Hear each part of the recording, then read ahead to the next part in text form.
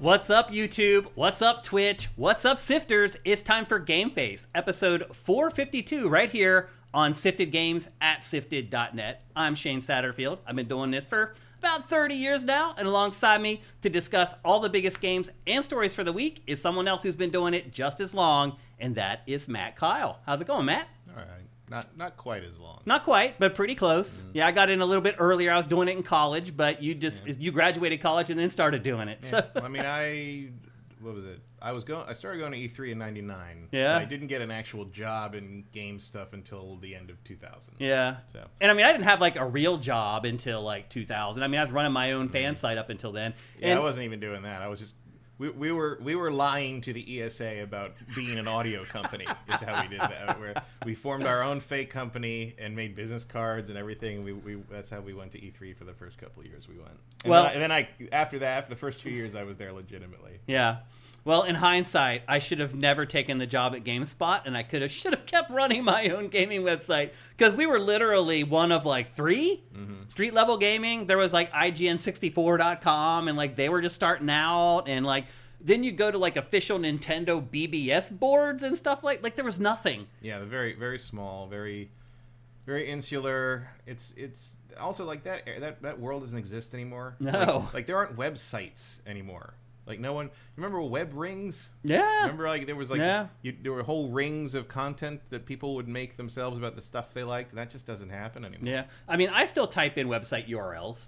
Like I still type in ESPN.com or but most people don't. But I mean, like there's obviously brand websites, but I mean like there's no such thing as like just a guy made a website and everybody goes to it because he's there's no Ain't It Cool. I mean, I hate Ain't It Cool News. Yeah. But like there's no Ain't It Cool News. There's no Fark.com. There's no. I mean, Sifted is kind of like the Fark for games. It's more elaborate and it looks better than Fark did. Fark was just a list where dude just put. And I've often thought about like devolving Sifted into something that looks like a Fark or a Reddit instead of it being flashy and pretty. Just making it just 1,000% functional. I mean, I will admit I'm not a big Reddit person, but I will admit when I'm on there when somebody links me something that that interface is some of the worst I have ever. I can't. I click this. How do I get back? Go back. You leave the whole thing. It's like it's so bad. And I mean, I guess everybody's just used to it because it's been so long. But it's like it's all terrible. Our comment sections on Sifted are all basically designed just like Reddit. And it's fine, I think, when there's only 100 people commenting. When it starts to get to the point where people are replying to replies, and like you have a bunch of stuff it starts to get real sloppy. Like sometimes I'll get scrolling up to see what this is actually aligned with. Right. See what they're, yeah, because they like it's just like Reddit. It's like tucked over or whatever. And I think if you're used to using Reddit, you're probably going Sifted. You're like, oh, I know exactly how to use this. But even me, after 10 years of using Sifted, there's times where I'll get a notification where somebody replied to something that I posted on the site, and I'll go to the page, and it'll be one of those big conversations with like 100 comments or whatever. And it's hard for me to find like what actually. I have to look for like the time from when they posted or whatever sometimes to figure out like what I got the alert for or whatever. Well, Reddit at least lets you collapse. Right. You can do that on Sifted too. And you can go into our settings and you can choose by default whether you want the stuff collapsed or not. Like, I know people don't probably even look at that page. Like, there's an awesome settings page on sifted.net that a lot of you guys probably have never even looked at, where you can go and set up all kinds of customization about how links are handled, about how your replies and all that stuff is handled. If you've been using sifted.net for a long time, you may not even know it's there, but you should go and check it out because you can really customize the site if you go to those pages. But anyway, it's been another crazy week, and it's not going to get less crazy. Here we come into October, literally one of the biggest months for releases yet, like ever. It's really freaking nuts. Just today, another game was announced for October 23rd, and I just sit there and I was like, what are you doing? Have you looked at the release calendar? So anyway, they delayed that Terminator game. Yeah, they did. Over tariffs. Yeah. Shocker. Although, honestly, it's probably better that it gets away from the October rush. I agree. Especially because, I mean, it was coming out the same day as the Mortal Kombat collection. And on Halloween, it's like, you might as well just delay it. That's just one day in October. Get out of there. I agree. Just dodge it. They were smart to do that. But most people have not, most publishers and developers have not been. Hopefully that's not beyond the cutoff for the Game Awards. Yeah. I don't remember what I don't think it will be. I think it's December. Maybe it's just December. December. I think it's December. Yeah. So anything in December, I think, doesn't make the cut. Okay. If I remember correctly. Oh, by the way, I did some number crunching on the Fantasy League. Okay. Very interesting. Oh, really? I have 2 games left I have 1 game left to come out. Outer Worlds 2. You have 2 games left to come out. Okay. On the back of I update with Metacritic usually as these games get reviewed, and obviously Ghost of Yotei got reviewed, so I put that in. Very, very solid mid-range pick for those scores. 87. That's pretty good. Is that where it's sitting? Yeah. Because when I first saw it, it looked like it was going to be like an 8 or something like that. No. It's getting so many 10s. Okay, good. It's I would say almost like generally the majority are saying better than the first one. Good. We'll be reviewing that in next week's episode. So 87, it's sitting at an 87, but I added everything up, and your remaining ones are Pokemon and Metroid. So if wild cards, really. So if Outer Worlds 2 gets an 80, let's say it gets an 85, which is the same thing that I think Outer Worlds 1 had got. Yeah. Your remaining 2 games have to score a total of 147 to beat me. So they need to be at least 7.6 or 7.7. Which I feel like Metroid. It's going to be right on the line. But God knows what Pokemon... Like, if Pokemon doesn't run well... Yeah. Like, who knows? I mean, but who knows? It's like, you might get the Nintendo bump or the Pokemon bump, and it won't matter. Or maybe everyone's going to hate Pokemon. People who have been covering that Pokemon are, like, gushing over it, though. Yeah. I'm, like, shocked. I'm like, who what? knows? But when the rubber meets the road, right. and you got to play it for 80 hours, who fucking knows? Yeah. I'm just so saying, it's going to be real close. I'm just saying, like, yeah, we might come down to within 5. And the other thing to note is we are absolutely... I already have, but we absolutely are going to beat both of our scores from last year by over 100. Wow, both of us are. Probably because we got a couple of zeros. Yeah. But, like, I'm already at, like, 7 something, and you're at 669. I remember that number.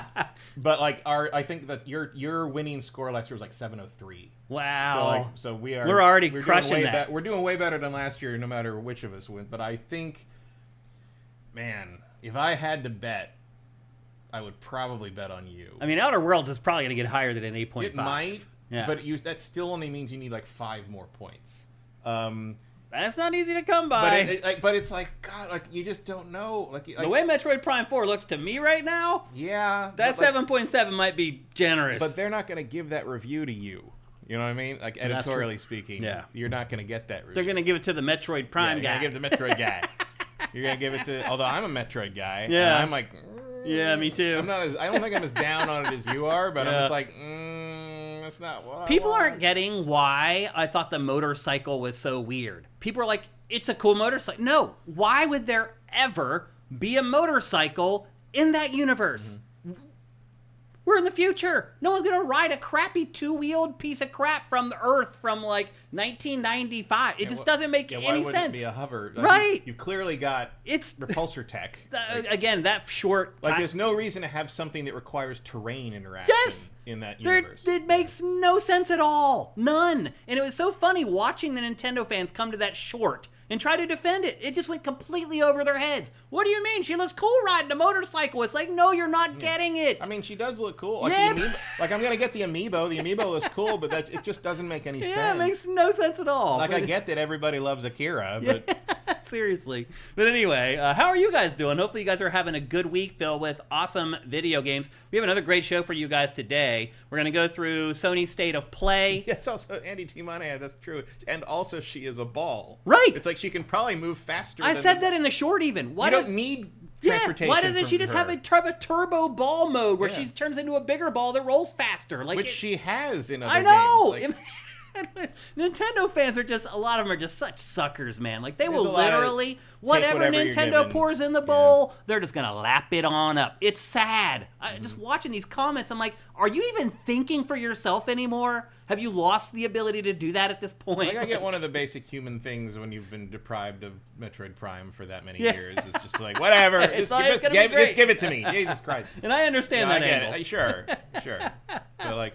Yeah. It's probably going to be better than, Metroid Prime 2's gimmick, which was, hey, what if you walked through the whole game backwards now? Or what if you had to play the whole game under an umbrella? Yeah. Because that was the other thing. We had to stay in, like, those zones, and you'd slip outside and you start dying and you have to get back in. Like, just that. I hated Metroid Prime 2. But anyway, Here we are for GameFace episode 452. Like I said, we have a great episode for you guys. Stay to play. We're going to review Final Fantasy Tactics, which just came out today. We're going to review Sonic Racing CrossWorlds, which just came out this week.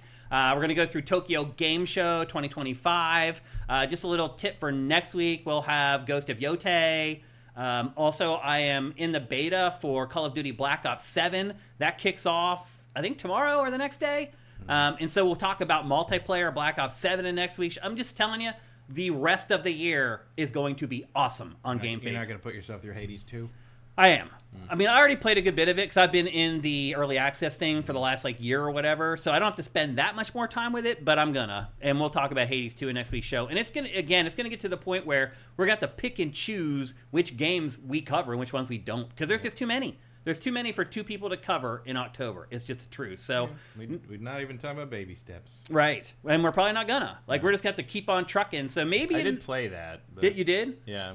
It's fine. Yeah. It's what you think it is? I will say this. It's not as hard to walk as the promotional material makes it look. Like, you can... Like, the problem is actually that, sometimes he just falls over. Yeah. Like he doesn't, you step on a slightly higher part of the ground that he doesn't have the leverage to lift himself up, and he just sort of falls over, and then he gets back up, and it's just and you don't really know where to go early on. Yeah, I mean that's part of the game. I think is figuring out the pathway that you need to go. But through. It's also all right, and I just I played it for 2 hours. Oh, and, I'm surprised you lasted that long. I never got anywhere of interest. I ran into the guy at the beginning that's in the trailer, Jim or whatever. Yeah, and that was kind of it, I just sort of wandered around, and I went up the side of the hill, and then I fell down the hill, and I ended up in a circus area, and I wandered around there, and I heard sounds that seemed to indicate that I was probably supposed to go somewhere and see something or trigger a scene or something, but nothing ever happened, so I just kept following the road, and then the road ended. Oh, really? So I turned around and went back, and I went back up. Which sucks in this game. The same way I came up, and I fell down again, and I turned it off. Sounds like my experience. That was my baby steps experience. A couple things. I will say, it's exactly what you think it is. It is, yeah. There is no deceit in that game at all. That's why I feel okay that we previewed it in the show. Yeah. I think people got the gist of it, and they're going to know whether they're going to be into it or not based upon what we previewed. But maybe we'll make it back to it in November. November does slow down a little bit at a certain point. So I will say my two things that stood out presentationally is the guy who's voicing the main character, Nate, is that his name? He's very good. Yeah. He does a very good job of being someone who doesn't want to talk to anybody, right? And hasn't talked to anybody in for a long time. It's a really good performance. He's not a very likable character. No, he's a very good performance. Yeah, I agree. And the voices are louder than everything else in that game by a factor of 4. I had to turn the voice volume down to 20%. Wow. And everything else is at normal, but to make them match, I had to turn it was every time someone would say anything, I'd be like, "What the hell?" I was like, "Oh, you're gonna blow my speakers." I played that out, on computer speakers, so I didn't notice. Well, my computer speakers are very high end. But they were. I mean, it was pronounced. You could the game was at normal volume, but when people talked, you could probably hear it on the other side of the house. Wow. It was way overmodulated. It's hard to believe that games come out like that. Yeah, I don't get it. It's really weird. It must sometimes these things must be tested on certain systems that are either way worse or way better than what I'm using. Yeah, because sometimes that happens. We pay when we did the short films. We paid to have the sound mixing and have everything shown. It's a DCP place that makes the digital file that you can provide to a projectionist that can then project it in full res digitally without having to deliver them an actual physical copy. But they play it for you for quality control at the end of their job in one of the best little mini theater. Yeah. But it's generally the first time you hear your movie properly mixed and perfectly presented, and you learn so much. Yeah, I bet you do. In that one screening, and you're like, oh, we gotta call somebody. Or sometimes it's perfect, and you're like, oh, this is great. Yeah, yeah. Exactly what we want. Yeah. And then you got to reassure sometimes you got to reassure the director or one of the producers is like, okay, so it won't sound that hollow when there's other bodies in the theater absorbing the sound, because sometimes it sounds echoey. Clubs are like that too. There's only two. You go into an empty club, it sounds like crap. It fills up, sounds amazing. Yeah. Sound bouncing off meat is extremely important to the audio experience. That's funny. A couple things before we get going into the episode today. We are taking questions for Pactor Factor right now.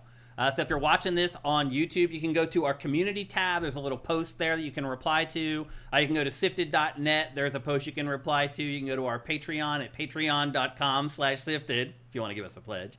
And you can ask questions there. Our Twitter account, our Blue Sky account, you can reply to those tweets, those posts. Any way you can get at us to get a question, hit us up. We shoot in a couple days.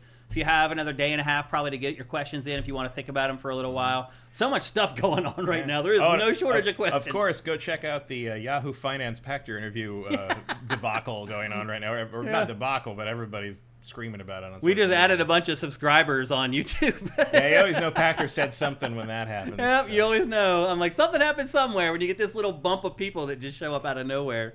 But yeah, I guess he had some interview with Yahoo Finance today that people are going after. About the EA acquisition. Yeah. But he got into the other stuff, things, and Sony being a terrible company, and how everybody should buy stock in Playtika. I already bought it all. That's funny. So anyway, we are taking questions right now. Ask him about EA. Please do. There's a bunch of crazy stuff going on right now in the finance angle of gaming. So go and ask him your questions, and we shoot those in a couple days, and we'll have another round of episodes ready to go. Another thing I want to do today is I want to say happy birthday to my mom. Today is my mom's 75th birthday. And I don't know if she's watching today. She might be, because I think she took the day off. When I say took the day off, and you're like, what? She's 75. She took the day off. She has become a volunteer at her local EMT department. So she goes out on ambulance calls and stuff with a local EMT. She volunteers to do that to give back to her community in her retirement. I am very proud of her. In her retirement, she isn't just sitting around doing nothing. She's actually out there making her community better. So, Mom, happy birthday. I love you. You're awesome. I don't know if you're watching or not, but just in case you are, I just wanted to say that. And then a final PSA for all you guys and girls is that the Steam Fall Sale kicked off today. It is one of Steam's biggest sales of the year. Yesterday it kicked off, you're right. I didn't find anything. We curated an article from Kotaku that, look for all the stuff, because it's so gigantic, you'll never find it on your own. Well, even though I look through my wish list, and you can organize it by discount, the discounts all suck. Yeah, they're all. I feel like it's been that way the last. It's like $10 off most stuff. I mean, I know that's been the 90% crazy discounts that's been gone for years. But it's like, I've had even just little DLC things. I'm like, oh, I'll wait until that's a Steam sale to get that. And it's like, oh, instead of $20, it's $17.50. Great. You save $2.50 or something. Point? So I'm just like, I can live without that until the spring sale. Basically, I usually buy at least a few things, just to clear out the wish list. I haven't yet. Really? Interesting. I'll keep looking at it, and you like you said, the Kotaku. You look at the old articles, there's little gems pop up. Let them do the work for you. Don't go searching yourself. You'll waste so much time. Well, yeah, because they also don't want to show, and their algorithm just shows you stuff that they think you'd be interested in, and they're always wrong. Yeah. And you're never gonna find anything new out of that. Yeah. And then if you want to, it's like, oh, just show me everything. It's like, oh no, don't show me everything. That's too many. It's too much.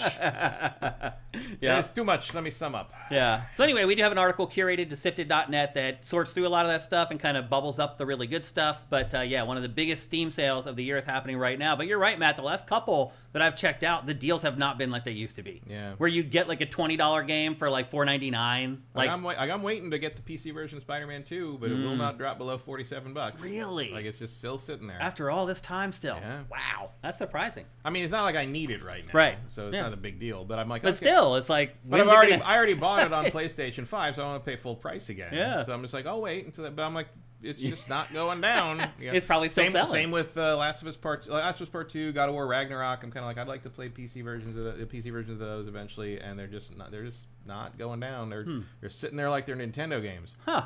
Interesting. All right, let's check in with you guys before we get going into the show. Jay Fizzle over on YouTube, love the show, left you a 5-star podcast review on Apple. Thank you. Thank you, Jay Fizzle. That is awesome. More people, please do that. Maybe we'll finally get to 100 reviews over on YouTube. Let's check in with the Twitch crew and see what they're up to.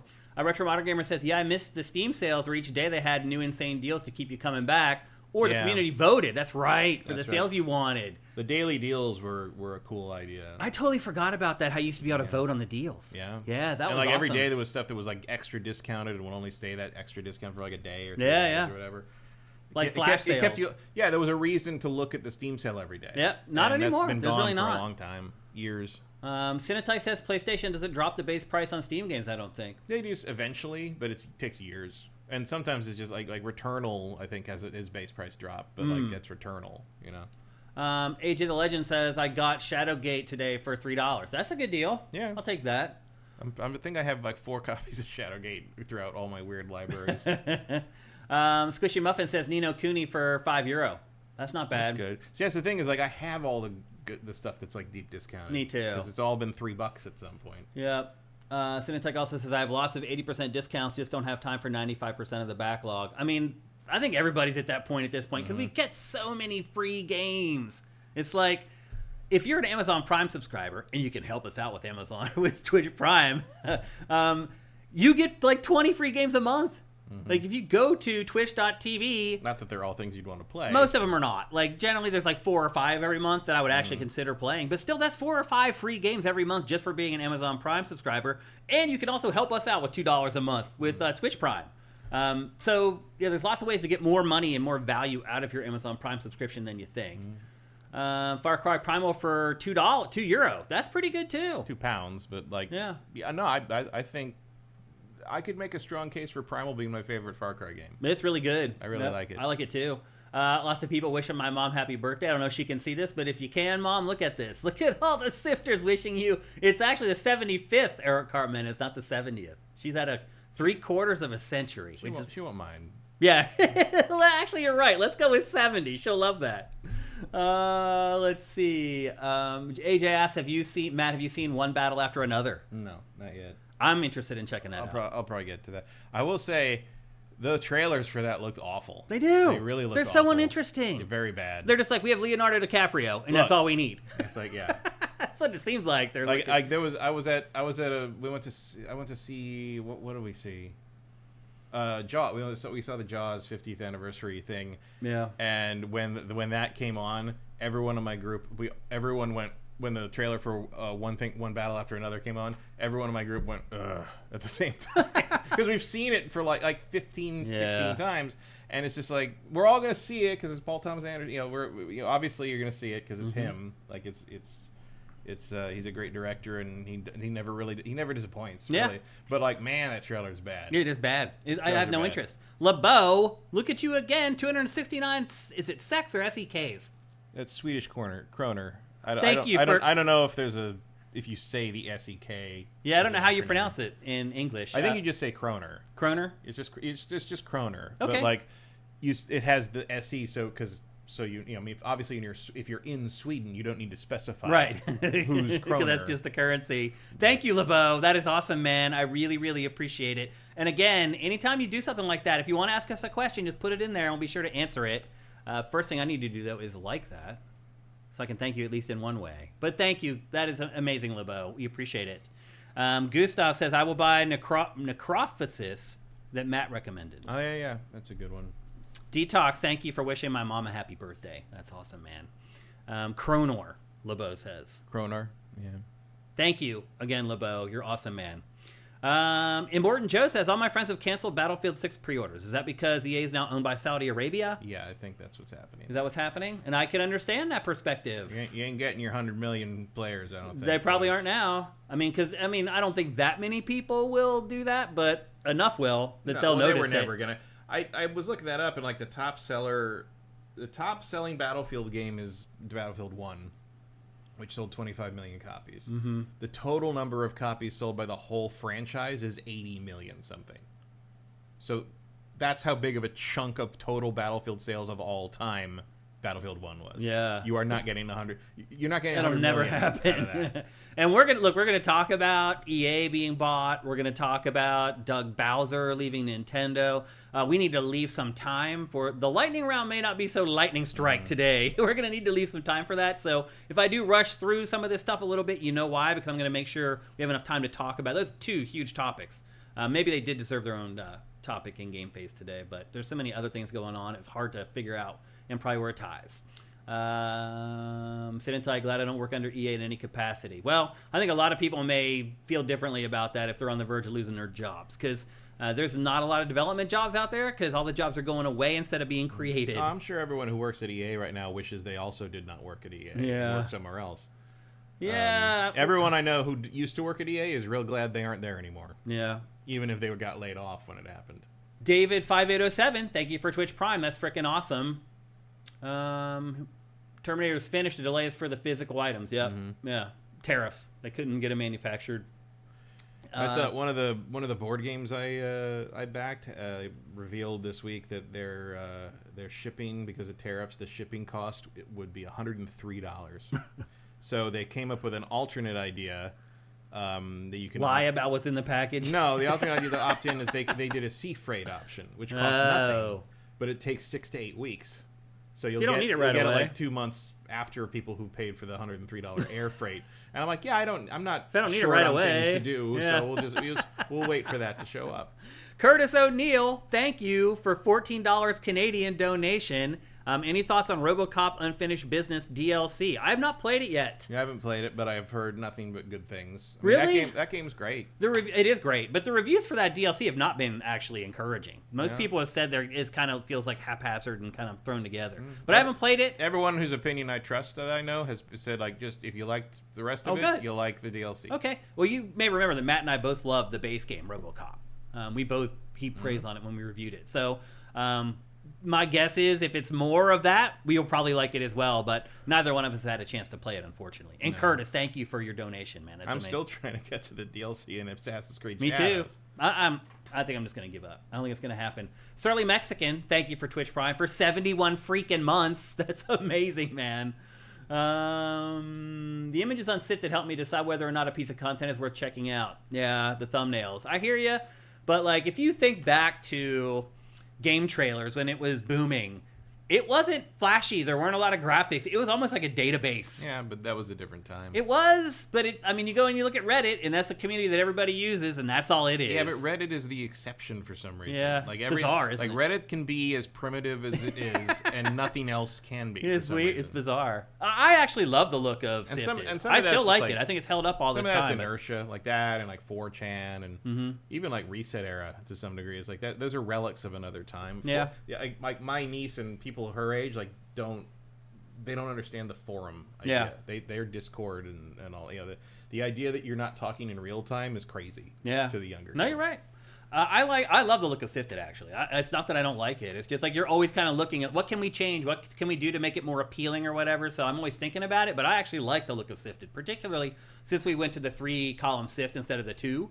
With the 2 columns, like the thumbnails and everything were too big. Yeah, it was not enough and too much. You had to spend too much time scrolling to get to more content. So it's way better now. But, I love the look of SIFTD, but not everybody does, and that's just the way life is. Not everybody's going to like the same things. You should be able to invest cryptocurrency in every story instead of likes. Eric Mark Carmenez, 3-1, Shane. Praise A-Rod. He's talking about the Steelers that are 3-1 with Aaron Rodgers at quarterback. I still hate him. He could take him to the Super Bowl and give him their 7th ring, and I'll still not like him. But whatever, they're winning. I just feel like the whole NFL, most teams just suck. I saw there's like 8 good teams, and everybody else just sucks, and you're all kind of on equal footing. I saw the thing was in the Rams game. I don't remember who they were playing, but I think it was their opponent. The guy was running in for the touchdown, and he tried to showboat before he got to the end zone and literally fumbled it. It was the Colts. It was that. Yep, Colts? he dropped it right. But that happens all the time. Yeah. In the NFL, people cannot wait to showboat and do their little dance, and they drop the ball before they go across the goal line. As Lawrence always says, act like you've been there before. Seriously. And my favorite thing is when that happens. I love the reaction of the guy who did it when he realizes what just happened. Yeah. And he's like, what? Yeah. No. It's like, no. You did it. Screwed up. It's not as phenomenal as the one guy who threw it on the ground at the 1-yard line. Yeah. AJ the Legend was there. He's a Rams season ticket holder. He was at the game. I bet you celebrated that one. Oh no! When I saw that clip, I thought of him. Yeah. And it's like AJ's happy.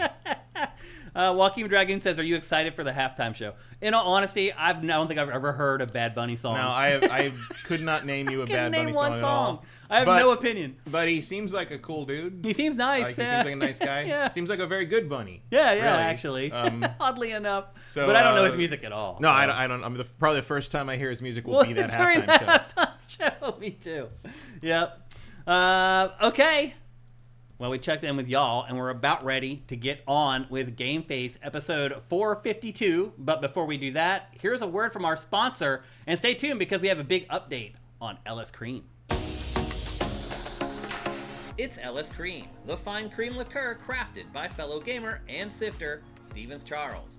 Inspired by the Haitian drink crémasse, LS Cream delivers an award-winning experience with every single pour. One sip and you'll see why. It's a party favorite. The silky blend of fresh cream and premium neutral grain spirits mixes great with everything. I dare you to put a shot in your coffee. I've been drinking it for years and still, I find new combinations that taste incredible.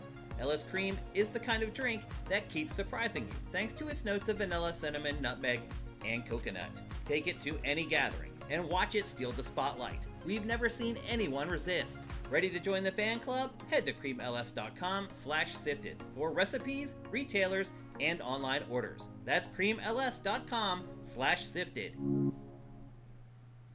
All right, so we have some big news from Stevens Charles and LS Cream. He wants me to share with you guys that they just launched the LS Cream 5K Challenge. This is an online competition where the person who comes up with the best drink using LS Cream will win $5,000. I thought that was going to be like a running thing. No. Like running money in your bank account. 5 kilometers on LS Cream. Go. $5,000 if you come up with the best drink for LS Cream. The competition runs all the way until the end of the year. So December 31st is the deadline to get your drink in, get your recipe in. I'm just going to read the copy that he sent me. Make a cocktail recipe featuring LS Cream. The bottle must be visible whenever you do this. Post and share the cocktail on Instagram and make sure you tag at LS Cream Liqueur. And then add the liqueur, not liquor. Yeah, like with the liqueur, right? And then add the hashtag LS Cream 5K Challenge to the post, and you will be entered. You also have to tag at least 3 friends on Instagram to your post. So if you do that, post your drink, maybe give the details on what you put in your drink, have a nice picture there, make sure you have the bottle of LS Cream, tag 3 of your friends, use the hashtags, make sure that you go at LS Cream, and you're entered. And if you come up with the best drink, you will win $5,000 USD.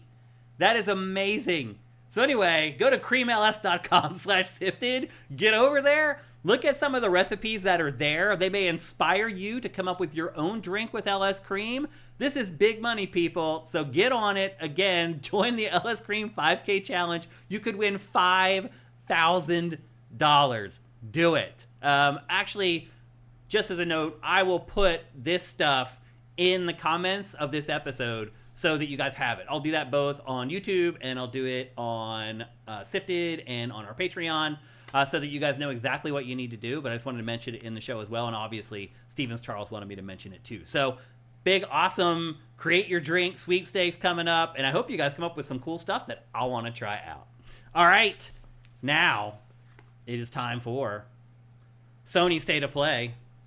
Matt, it really came in like a wrecking ball. Mm-hmm. It started out real strong with Marvel's Wolverine. It was, 35 minutes long?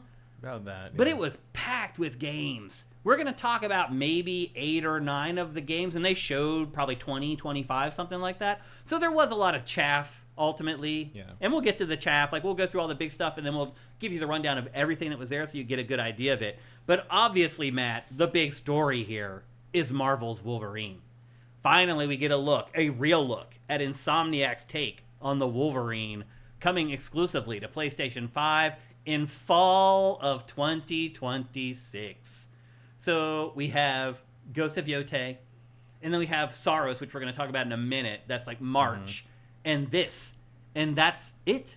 Yeah, there's probably a couple more things. Yeah, I mean, I'm guessing they'll slide some smaller things in there somewhere along the way. But, man, that's... Again, we're really dealing with a light release schedule for PS5 exclusives from PlayStation, but let's not dwell on the negative. But considering it's the only console most people have, it doesn't matter. It really doesn't matter. And it's going to be even more so as Xbox stops being sold, basically. Mm-hmm. That's another story from this week, is that retailers have dropped Xbox from their stores this past week. Costco, Sam's Club, a bunch of retailers are not selling Xbox anymore. So yeah, it is basically, if you want high-tech console technology, PlayStation's going to be the only place to get it. So this is coming fall of next year. Matt, what are your impressions of this? There's so much in this. There's so many quick cuts that just show little hints. Yeah, I mean, it looks very good. I'm glad they're not shying away from the M rating. I mean, are they not? They're going the other way. It is pretty much everything you'd think would be in a Wolverine game. You got the Reavers, you got Mystique, you got Omega Red, a Sentinel, obviously. The only thing we don't see here that I would be expecting eventually would be Sabretooth. Ooh, that shot right there is just so evil. I mean, I think there is a little bit of shock in how violent this is. Yeah. And but I think they bring it all back at the end when he says, "I'm no hero. Yeah. I'm a Wolverine." It's like, yeah, I mean that's. I mean, that's this Wolverine. is the character. Like they Princess Bar. So this is Madripoor. So they go. Obviously it's not it doesn't seem like an open world game. It seems like you're going to different locations. It's a more linear thing, which is probably a better choice for Wolverine. In this trailer alone, they show Canada, Japan, and Madripoor, which is Marvel's take on Singapore, basically. Yeah, it's the Southeast Asian country he goes to when he wants to like kind of get away from his superheroing, where he dresses as a character named Patch, where he wears an eye patch, and everyone pretends they don't know who he is, which was actually made canon several years ago, where he was like, "Oh, I used to go incognito all the time down there." They're like, and like I think it was either Mystique or Silver Sable was like, we knew who you were. Like no one else. Like your hair looked exactly. It was very obvious who you were. Like you think nobody knew who Patch was? He's like, nobody ever said anything. Yeah, because you fucking kill him. Well, Wolverine's not the sharpest tool in the shed. He's smarter than you think, but he's no Reed Richards. He's not Jean Grey or whatever. He's drunk all the time. Yeah, anyway. Exactly. That's his excuse. So yeah, you're right. I saw somebody who saw that shot and was freaking out that Wolverine was going to fight Galactus, and I'm like, man. Open the schools. I don't know what else to tell you. But yeah, I mean, it is a big deal that this is not in a single setting like Spider-Man. This is going to be like a globe jumping, like every mission's maybe somewhere different. Yeah, well, I mean, because Wolverine is a global hero. He is. He's a global character. He's Spider-Man spends all his time in New York. Yeah, and it makes sense to do this. Obviously, I'm curious like what exactly the story is or why he's often is. I'm sure it's. Some weapon, what part Mystique has to play in Weapon it. X. I mean, Mystique ends up involved with him all the time because it's always some kind of government cover-up thing based on what put the adamantium in him or whatever, or his history in some capacity, and she's usually wrapped up in that or trying to assassinate somebody related to that. So that's makes it looks like you play as her for a while. There's that one shot where it looks like she's being played. Yeah, so it seems like she's the Mary Jane. That's what it seems like. Game. Yeah. Looks more engaging than the Mary Jane gameplay.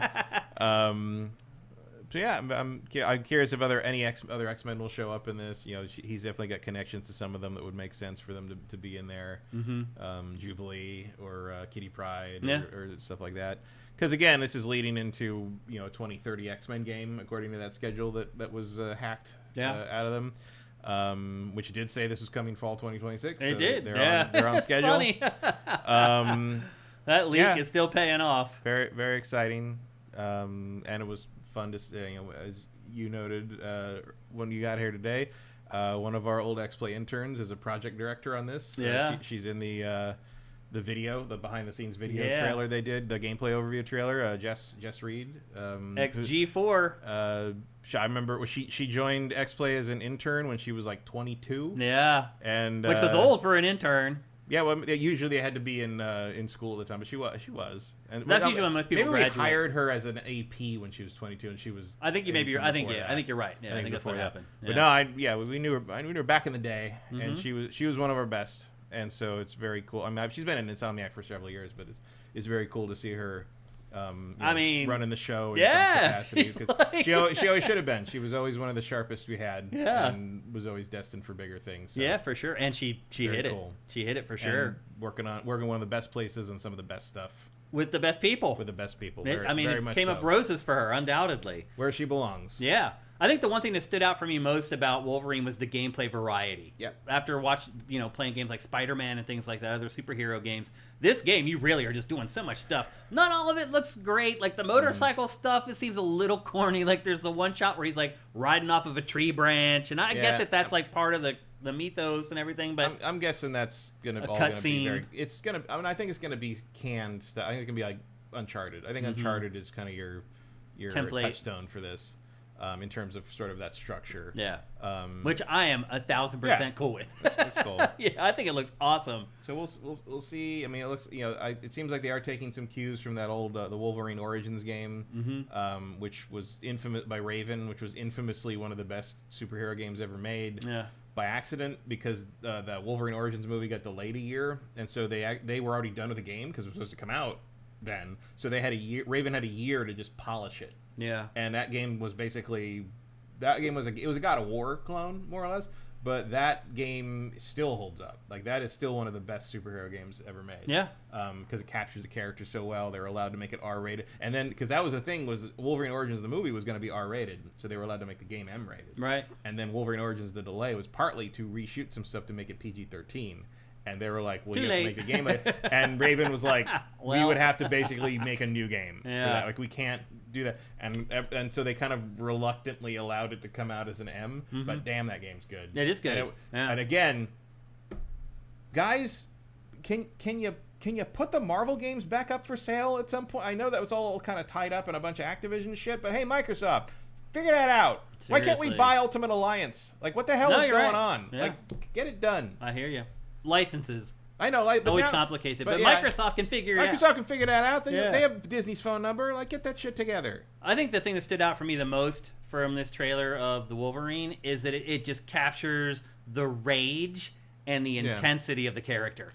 Yeah, they're not shying because there's different versions of Wolverine you get depending on the medium, but also sometimes just depending on which comic you're reading. Like he's gonna behave differently in like Spider-Man versus the X-Men comic versus his own comic. And in his own comic, he's always a lot more violent, a lot darker, he's struggling with some darker stuff. Yeah. And this is very much feels like it's torn right out of those old Frank Miller Wolverine comics. I love it, man. So I'm glad that they chose that perspective. I mean, and that tone. I think you have to. Like that's it, and it's risky though. I think to make it that violent. It can be, but also that's just sort of how it is. And I think you're setting a tone for this because I have to believe this is in the same universe as the Spider-Man games. It's like a Insomniac Marvel universe kind of thing.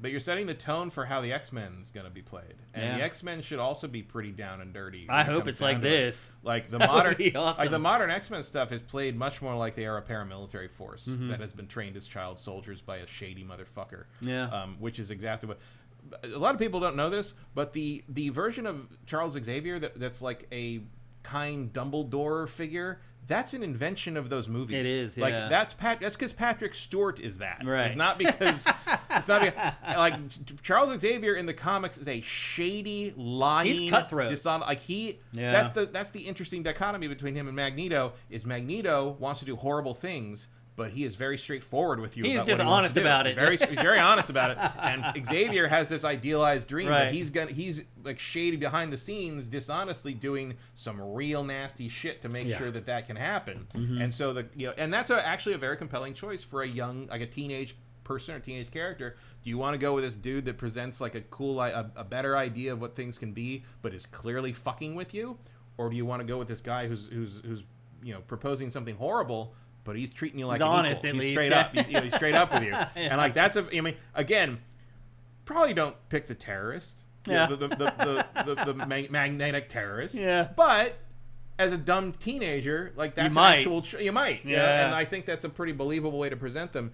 And there's very believable. And there's a generation that has been raised on this like Patrick Stewart version, and I've even seen them when they switched to James McAvoy in the First Class when they got younger. He's like, I don't know, the James McAvoy Xavier is like seems like a little sketchy. I was like, yeah, that's Charles fucking. That's the way he was. He's been dead like 4 times, and he never tells them that he's still alive. Like the first time that happened, he just fucked off to space and had sex with a bird lady for like 3 years, and then he comes back and they're like, we all thought you were dead. We were 18. We didn't know we just lived in your mansion and like fought monsters for like fight. And he's like, oh, I knew you'd be okay. Fuck you, like, you bald prick. Like, come on. Like, I like though that this game is taking the more serious, I think darker it's tone. a good sign that like the X-Men game will do it upright in the future. I mean, obviously, encouraging. We're gonna be approaching 60 when that happens, but like that's crazy to think about. Honestly, let's not think about it. Instead, let's move on to the next game, which is a game called Sorrows. It is coming from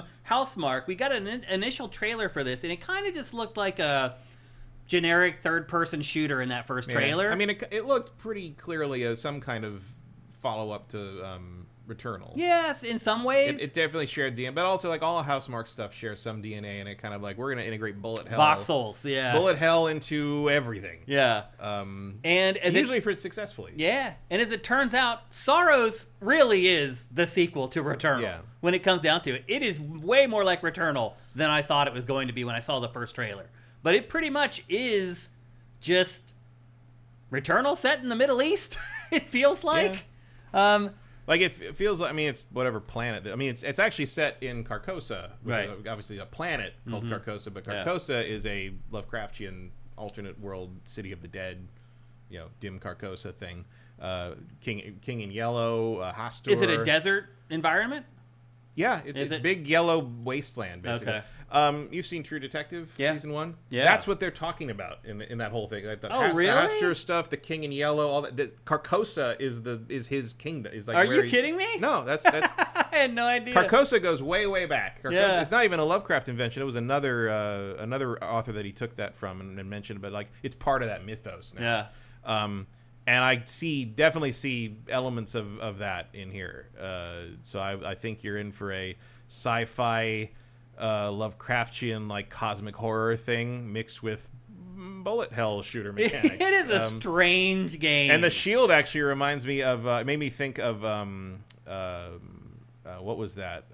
Ikaruga. Yeah. I mean, it doesn't have the white and black like dichotomy, but that idea of absorbing and then using it for damage made me think of that. So that's what's happening here. When you enact really cool shield, it's absorbing the bullets that are coming at you, and then you can then return that at the enemies. Yeah. So it's this. You can returnal it. You can returnal it. Yeah. It's like this ebb and flow to the combat where you're actually trying to absorb damage from the enemies and then use that damage against them.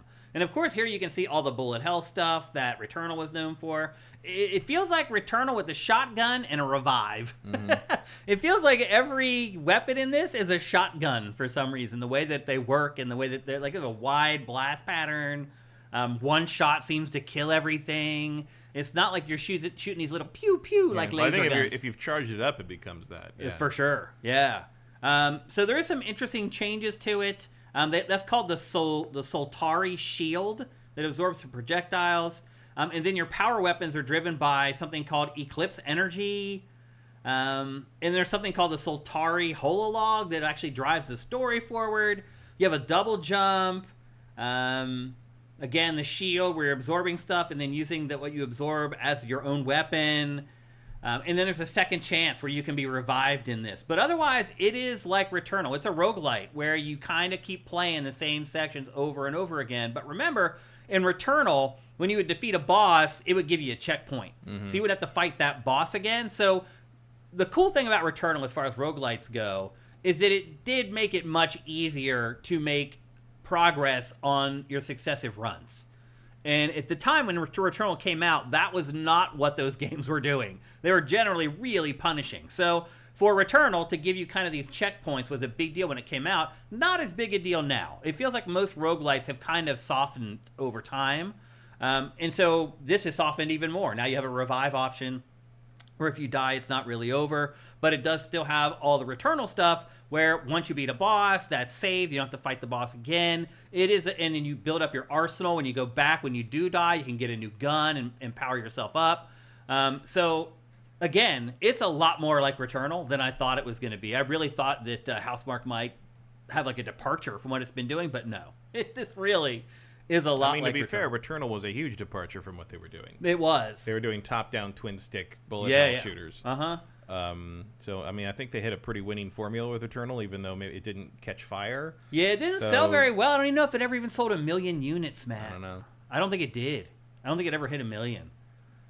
But my guess is also this game probably cost 40, 50 million to make. It's not one of their big 200, 300 million dollar projects. They're not throwing quadruple A money behind these, which is fine. You need games like this. You need games that take 2 or 3, 4 years to make, that cost 50, 60 million dollars to fill those gaps in between The Last of Us and the other stuff that you have. And feel different. And and this definitely does. There's really certainly no other first-party PlayStation certainly game. not around the... I mean, there's nothing else in March that is going to replace this if this looks interesting. Although March is starting to look pretty packed as well. Yeah. March is looking like a good month next year. Already, it feels like a bunch of games are getting funneled in there. But again... but this is a PlayStation exclusive, so that's apparently very important. So it should overshadow everything. Yep. So again, this is Saros. It is coming March 20th, 2026. It is only a PlayStation exclusive. Also, weren't there some comments this week about PlayStation talking about how it's not going to start considering all its games for Xbox? I thought I saw a quote somewhere from somebody at Sony where they're like, no, don't think that because we put out like a game or two for Xbox that's the way they're going to work going forward. Yeah, it's like Helldivers was a thing. And I think if it doesn't have microtransactions, you're not going to see it on Xbox. Yeah, probably not. That'd probably be a good way to put it. But still coming out for PC, which at this point, is there that much of a difference? No, but... Because Xbox isn't selling consoles anymore. No, but you're not automatically giving money to Microsoft. That's true. You're giving it to Game Duel. That's true. That's a good point. Again, that's Saros coming out March 20th, 2026, a PlayStation 5 exclusive. And then very quickly, this state of play starts to lose some of its momentum. The next biggest thing, in my estimation, was the Battlefield 6 campaign trailer. We've all got a ton of looks at the multiplayer because there's been betas going on for like 6 months and so much footage is leaked out, and then there was an official beta and everyone was allowed to post footage. We know all about the multiplayer for Battlefield 6. The X factor that was left was a single-player campaign, and obviously this is being worked on by Vince Zampella, the man who created the modern first-person shooter campaign. So hopes are high, stakes are high on the campaign for this. And I'll just say, if you showed me this and someone said, tell me whether that's Call of Duty or Battlefield, I probably would figure out as Battlefield because it does show like some of the big map moments in it. But otherwise, I'd be like... It doesn't focus on any particular people. Yeah. Like there's a... Is that good or bad? I don't know. Well, that promo they did even kind of made fun of that, where like they had like kind of the minor celebrities. Right. They made fun of Call of Duty. Only one of whom I'd even heard of. Yeah. And then they blow them up and just have generic soldiers do the rest of the thing because that's not what Battlefield's about. Yeah. And they're kind of making, same thing with like the whole we're going to have realistic skins thing. Like we're not going to do that. I wonder if that's going to work with like the wider audience. I mean, that seems to be what the wider audience wants. So I feel like they want celebrities in their shooters. Yeah, I'm not sure leaning into that is going to get you to 100 million players. It may get you to 20 with like the core group. Seems very optimistic. But if you're aiming for 100, there's no way. That's the last thing you want to tell them. 100 for this franchise is a nonsense number. I mean, you might as well say you're going to get 1 billion players to that, but it's just as likely to hit that number. You know? So realism is important here, and I don't mean in the graphics. Right. I mean like realizing what the ceiling for this being thing realistic. is. Yeah. I mean, maybe one day if you had like just a string of like flawless like entries, but like not today. Yeah. So I don't know. I mean, maybe, and that probably doesn't matter anymore now that they've been acquired by somebody else. Like the whole strategy is different going forward after this, I'm sure. Like arguably Battlefield 6 doesn't really matter anymore. Yeah. Like they've been acquired by somebody different. They are no longer beholden to shareholders because they're going to go private. Like it's a whole different ball game. It is a different ball game. Like, who knows what'll happen to this franchise now? All the plans that they had for this, of trying to make it semi-annual and all that stuff. Probably out the window now. Probably. So I'm sure we'll get to that in the lightning round. But like I would, there's part of me that's sort of like, this may be the last Battlefield. It could be. You might want to treat this as a kind of a going away party. I know. Because I think even if another Battlefield does make it out before EA slowly collapses like a fly in a cupboard, it will not be like this. No.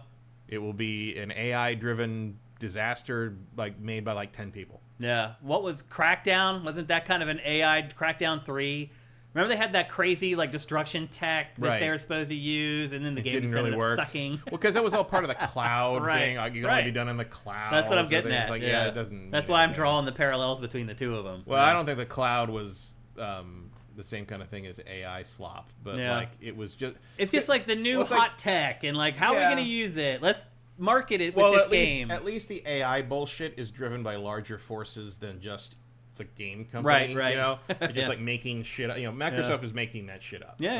And there was what was the Titanfall 1, you remember they insisted that all the AI for the mechs, when mechs would run around on their own when you were out of them, was all done in the cloud. Oh, right. I forgot about that, yeah. And it was like, was it, or was it you chose to do it in the cloud? I mean, I'm sure they were doing something, but it's like you chose to do that in the cloud more than you had to do it in the cloud, right? Yeah. Like, yeah. Like, so we'll see. But the AI thing is not about doing some cool tech thing you can brag about. The AI thing is about cutting these teams down to nothing. Yeah. And hoping nobody notices that none of the textures look good. Which, by the way, we do. Yeah. And we do. And I mean, it's funny in contrast where like somebody was pointing out from like one of the Ghost of Yote review things where they're pointing out how detailed it is compared to the first game and how like when you swing your sword you can cut grass and leave like a swath through the ground of the grass. And I was like, see, that's the thing about AAA games is like they make the reason they're so expensive and take so long is they're making them for people like this guy who like but it's like 98% of the people who play your game are never going to notice that. That's what I was getting at. And it's like, is that going to get it to 100? Like saying no celebrities in this? No, I think the average person wants the celebrities in the game. Like, we don't, because we're like counterculture core gamers or whatever. And we're like, Stan, we don't need you in our games, blah, blah, blah. The average person wants that. They want to be able to play as Beavis and Butthead. Right, but they also just want to play Call of Duty. Right. Like some of the people, I mean, I know people that did play the beta and haven't played a Battlefield in forever. And while they didn't hate it, one of their takeaways was, I'd rather play a Call of Duty match that lasts like 5 minutes than a Battlefield match that lasts like 20. I'll always agree with that. Yeah. And I do generally prefer a more involved match, but that's a big commitment. But it's not like it's the commitment's not the problem for me. The problem is that like I know Battlefield. I played it long enough back in the day that I know how a Battlefield match unfolds. And there's a point at which some of these matches are just like, well, you know you're not going to win this. Like the tickets are too far down. You can't come back from that. And then everybody else knows it too, and so half your team disappears. Yeah. And it's like, that's no fun. And then you still have to play it. You still have to play it. And sometimes I didn't. I'm part of the problem too. So well, who wants to stick around when you're getting your ass kicked? Right. Like, and you're not going to get anything for me. Yeah, what's the point? And it's like, it's one thing when you're early on and you're still leveling up and unlocking stuff, but once you've got all the gear you want, like what's your incentive to stay there? All it is entertainment at that point. Yep, I hear you. So it's going to be interesting to watch, and we're going to talk about this a lot more in the lightning round when we get to EA being bought. It looks very cool, but again, I don't trust DICE when it comes to campaign I don't either. writing and stuff. I don't either. I mean, I know Vince is shepherding it, but he ain't doing everything. You're right. And it's not his people who made those great campaigns who are making this. Also, people have been retconning the plots in Battlefield 3 and 4. They were both abysmal, but if you look around online, people are like, I don't know, they weren't that bad. No, they were that bad. They were that bad. They were awful. So you're right. Like, there's plenty of reason to be concerned here. But I'll say this. And like, you can't retcon that too hard because we have an example of a good Battlefield campaign story, which is the Bad Company games. Yeah. Like, they can do it. Yeah. Or whoever wrote those can do it. Those were people that are no longer there. Those are not. None of those They're people long gone. Yep. Next up, talk about embarrassing, the Deus Ex remastered game. Yeah, this wasn't great. Is it fair to call it? I mean, it does look better. Oh, it is a remaster. It's the definition of a remaster. They didn't touch anything. You're right, actually. I mean, honestly, this wouldn't be so bad if they weren't doing these before and after wipes, because if you're just showing me the game as it looks now, I'm like, oh yeah, that looks better. Sure, compared to my memories of this game, it looks better. But now you're doing that, you're like, oh, that's kind of a lateral move, isn't it? Well, now it's like you can see more clearly how bad it looks. I mean, Deus Ex was never a looker. No. But like, even when it came out, it wasn't a looker. And some of that does look better, it looks better in like a Half-Life 2 way. Right, you know? In like a 2004 way. It just sucks that people waited a long time for this, and this is what we end up getting, I never asked for this. Yeah, seriously. Nobody asked for this. That's for damn sure. Are you going to buy it, Matt? No, I never liked Deus Ex that much. I do feel it's a little overrated. I appreciate what it was doing, but like it was mostly frustrating to me, and my deal break. I mean, honestly, I guess I can't imagine they would change this. The thing I hated in this game is that if you're trying to like stealthily shoot someone or kill someone and you messed up, every enemy on the level knew where you were. Yeah.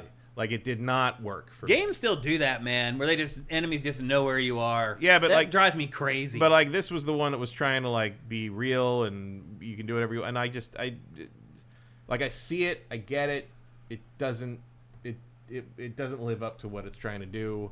Like the story was interesting, and I appreciate the freedom of all that stuff, but a lot of times in those immersive sims, I just feel like it's messy and open and unguided and kind of haphazard. Because it is. Because things can just go wrong, and you can just the dumbest thing can ruin your run. Like if I'm gonna play like one of those kinds of games from that era, I'm gonna play Bloodlines modded to within an inch of its life to make sure it actually fucking works. Right. And even that I don't think is that amazing. Yeah. Like these games are not very engaging to me. For the Deus Ex was a game of its time. Oh sure. Going back and trying to It's play very it now, it's rough. Yeah, it was. I mean, because that's the thing is like it was like nothing else. Like the idea of like being able to alter the story is that drastically. Yeah, it was like mind blowing at the else, time. Nothing else did that at the time.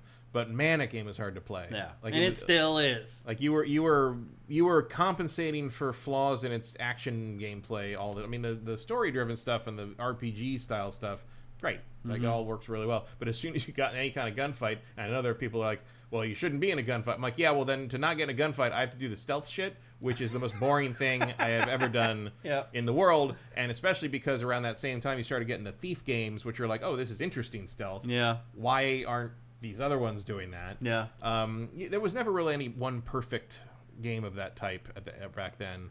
But yeah, I remember trying to sneak my way through some of those levels at on Deus Ex and just getting frustrated. Yep. All the time. So anyway, that is coming in early 2026, and it's not just coming to PlayStation; it's coming to pretty much every platform. But again, if you haven't played the original Deus Ex, I know people talk it up all the time. You may think you want to play it.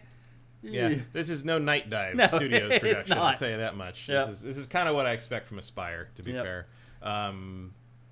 Yeah, this one probably could have used a full Silent Hill 2 style remake. Definitely. It comes down to it. Yeah, I don't think this is the right approach at all. Like you didn't need to fuck with the system shocks so much, but this one probably needed a little more help. I agree. And I understand that like maybe you don't want to touch this is a little bit of sacred scripture for people to some degree. But it shouldn't be. It's Warren Spector. It's all that. But yeah, I think even Warren Spector would probably agree. It's like, hey, you might want to dust some of this off. Modern that up. Shave some of the rough edges off a little bit. Yeah. And not like that. Nope. There's plenty of rough edges. It is an still. interesting PR lesson though, because I feel like if you resisted the temptation to do the wipes of before and after, I don't think this thing would be getting roasted as hard. Probably as it not. is. You're right. The trailer was a bad idea. Yeah. Let Digital Foundry just do let that. it show it. Yeah. For real. Digital Foundry will rake you over those coals when the time comes. Don't worry. Like they'll do that. Yep. Next up, a game that I think really core gamers were excited to see the first look at, and that is Zero Parades for Dead Spies. This is the spiritual successor to Disco Elysium. I'm a little confused on how this is all shaken out, Matt. So this is technically the studio that made Disco Elysium, but didn't a bunch of people leave to go make their own spiritual successor to Disco Elysium? That is too messy a story to get into Yeah. here. But like, I am not clear on whether this is the original publishers. It's ZAUM or whatever Disco Elysium, it is. or if this is the original developers. Right. I'm confused too, honestly. Disco Elysium. And especially because I don't think all of those developers talk to each other anymore. There's multiple multi-hour documentaries about what happened with Disco Elysium. It got really dirty. I mean, some of it can be summed up with, like, a group of anarcho-communists decided to make a video game, and as soon as it looked like there might be some money to be made, they all turned on each other. Then there was fuckery from the publisher, and there was stuff. I mean, it's a fascinating story. And like I encourage going to look up the various documentaries about this to get like all the different sides of it. But like once you see those, Disco Elysium makes so much more sense. You're like, oh, okay, now I see how this happened. Like this was a once in a lifetime thing to some degree. So I'm not 100% sure. Vincent says it's the original studio, but not the developers of Disco Elysium. Okay. So this is a bit of a zombie. So maybe we shouldn't expect the same verve creatively in this. It's clearly using the art style and the systems, but I don't know if we'll get the right. It sounds like the people who wrote it aren't there anymore, so which is a big loss. Yeah, I mean that game is entirely. There may not be anything bigger than the writers for this, honestly. Yeah. I mean, that's really what made Disco Elysium great. Yeah. Was the writing and the plot. So this looks like Disco Elysium. It's the same kind of style, the isometric kind of thing where the houses don't have roofs so you can see inside and that kind of stuff. It's definitely the same style as Disco Elysium, but it probably is not going to have the secret sauce. There's a very much wait and see on this one, I think. And that is called Zero Parades for Dead Spies. You may not care about this, but there's a big group of people out there who do, and that's why I made sure to include it here in our rundown of the state of play. Next up, we got the first look at gameplay from the new Halloween game. Ugh. I tried to explain. I had some horror friends who were like very excited about the announcement of this, and I tried to explain to them what it was going to be and how they shouldn't actually be excited about it. And I feel like, and then I sent this trailer, and they're like, "What is that?" I'm like, "That's why I was trying to yuck your yum a little bit because I knew what this was going to be." This looks so bad. Yeah, it does. It looks. They shouldn't even have made a trailer yet. I mean, it's like his character model just standing in environments while they pan the camera around him. Like, this game comes out this year. Well, by the way, you can shape jump, and this is all they can show at this point. It's coming out in like a couple months. What else would they show? Like, I don't know, actual combat and fighting Michael Myers. You don't want to see that. You know what that looks like. Right. My point is like, don't get too excited about this game. It really sucks that somehow Ilphonic keeps getting these licenses. Like, why wouldn't somebody with some skill? Vincent says this is a year away. Oh, I thought it was coming out this year, like in November or something. No, I think it's next. Oh, it is? Next Halloween. Oh. I don't know how I got my wires crossed on that. But anyway, that's good news, because this looks awful. September 6, 2026. I guess I just had the years mixed up or something. Well, no, because I would already missed it this year. I don't know how I got those wires crossed. I mean, I don't imagine this is going to look all that different. Yeah. When that time comes. I'm a big horror fan. It just hurts to see these big licenses handled by these 2-bit developers. And look, no offense to small indie developers. It's fine. I get it. Everyone has to start somewhere. But, like, I don't want you starting on Halloween or Friday the 13th. Well, they're not starting on this. They already made Friday the 13th. I know. I'm just saying, like, and it's not good. I didn't like Friday the 13th either. These character models look like they're plastic dolls. Like, yeah, well, that's just what they're just chasing the Dead by Daylight thing. It's so bad. I wish people would get over that and make actual games out of these things. Seriously, I wish a real developer would take the Halloween franchise or the Texas Chainsaw Massacre franchise or the Friday the 13th franchise, which I think they're about to reboot the movies again. When aren't they? Yeah, it's about to be like the 4th time they've rebooted Friday the 13th at this point. I think I ordered that super duper like Nightmare on Elm Street Blu-ray collection. I think it's supposed to be here today or tomorrow. Oh, really? So at least the old stuff is getting really nice releases now that they're like laid to rest. Yeah, I have that great Friday the 13th collection. I have that Nightmare collection. I wouldn't get a Halloween collection because I actually don't like any of those movies except the first one. And Season of the Witch is probably overhated. Is the one that has nothing to do with Michael Myers. That's why people hated it, right? Because they think we might turn it into an anthology series instead of just being about Michael Myers all the time. But if you watch that movie kind of on its own merits, it's actually okay. I remember that movie is imprinted in my brain for some reason. The whole theme song. 4 days left to Halloween, Silver Shamrock. I remember so much about that movie. 100%. Like the scene when at first they put the mask on and the kid's head rots in the mask and like the bug crawls out of the mouth hole. Like, I remember so much about that movie. It's a lot of really good imagery, and it's just like people wanted to see Michael Myers and that. And yeah, I went to the theater to see that with my friends. We were little gorehounds. And we walked out of that theater. We were so mad. We were like, "Are you freaking? What is that? What was that? That wasn't Halloween!" Like, but then when it came out on VHS, we watched it over and over again. It's pathetic. So anyway, that's the new Halloween game. Not looking too good if you're a fan of the films. Next up, a game that I feel like is just completely sliding under the radar, and that is Neo 3. It's coming out. We got a release date. It's coming out on February 6th. Nobody cares about this game. We've already been through Neo 1 and 2. We don't need to do this to ourselves again. Like, IGN had an exclusive coverage plan for this game last month, and so 2 times a week they're putting out this. Nobody cared. Literally, nobody cared. Like, I know I've seen a couple people that are like, they just love Neo and they're excited for this and stuff, but like, this series is too hard for most people. It's way too hard for me, and it's just not interesting either. Like, I don't care about, like, all the folklore and crap that this is about. Like, I just don't. Yeah, which is interesting because it's like there have been games of this nature that did deal with this sort of folklore that I think did make me care, or at least got me into, but there's a certain point. I mean, even Silent Hill F, to some degree, has this sort of yokai. I mean, it's not as over the top as all this stuff, but like that's a more interesting way to treat this sort of thing. Yeah. Whereas like this is just sort of, okay, you're doing horror and demons and samurai and gods and monsters and growing plant life. And it does sound like Silent Hill F. yeah, but it's like, okay, like, but I know that it's just going to be one of those things where it's like, learn our really weird combat system to survive longer than 5 minutes and now do it for 15, 16 hours. And I'm just like, I did Neo 1, I barely scratched Neo 2, and I don't really need to. I know how I feel about Neo, and it's kind of not. I don't feel about Neo. I don't hate them, but like, who has the time? I kind of hate to say this, but I hope this game fails so Team Ninja moves on. I mean, well, they also got Ninja Gaiden coming. I mean, kinda. They brought someone else to help develop that. Like, I wish that it had just made Ninja Gaiden by itself instead of having Platinum come in. Yeah, but at the same time, it's like, well, the Team Ninja that made those games is long gone. I was actually just this week emailing with somebody who used to work at Tecmo. It was the person that connected me and Game Trailers to do the documentary for Ninja Gaiden Sigma that we did. And he now works somewhere else that I'm not going to say. But I asked him, I'm like, hey, do you keep in touch with like the Tecmo guys? And he's like, man, they've all disappeared. Yeah, they're all gone.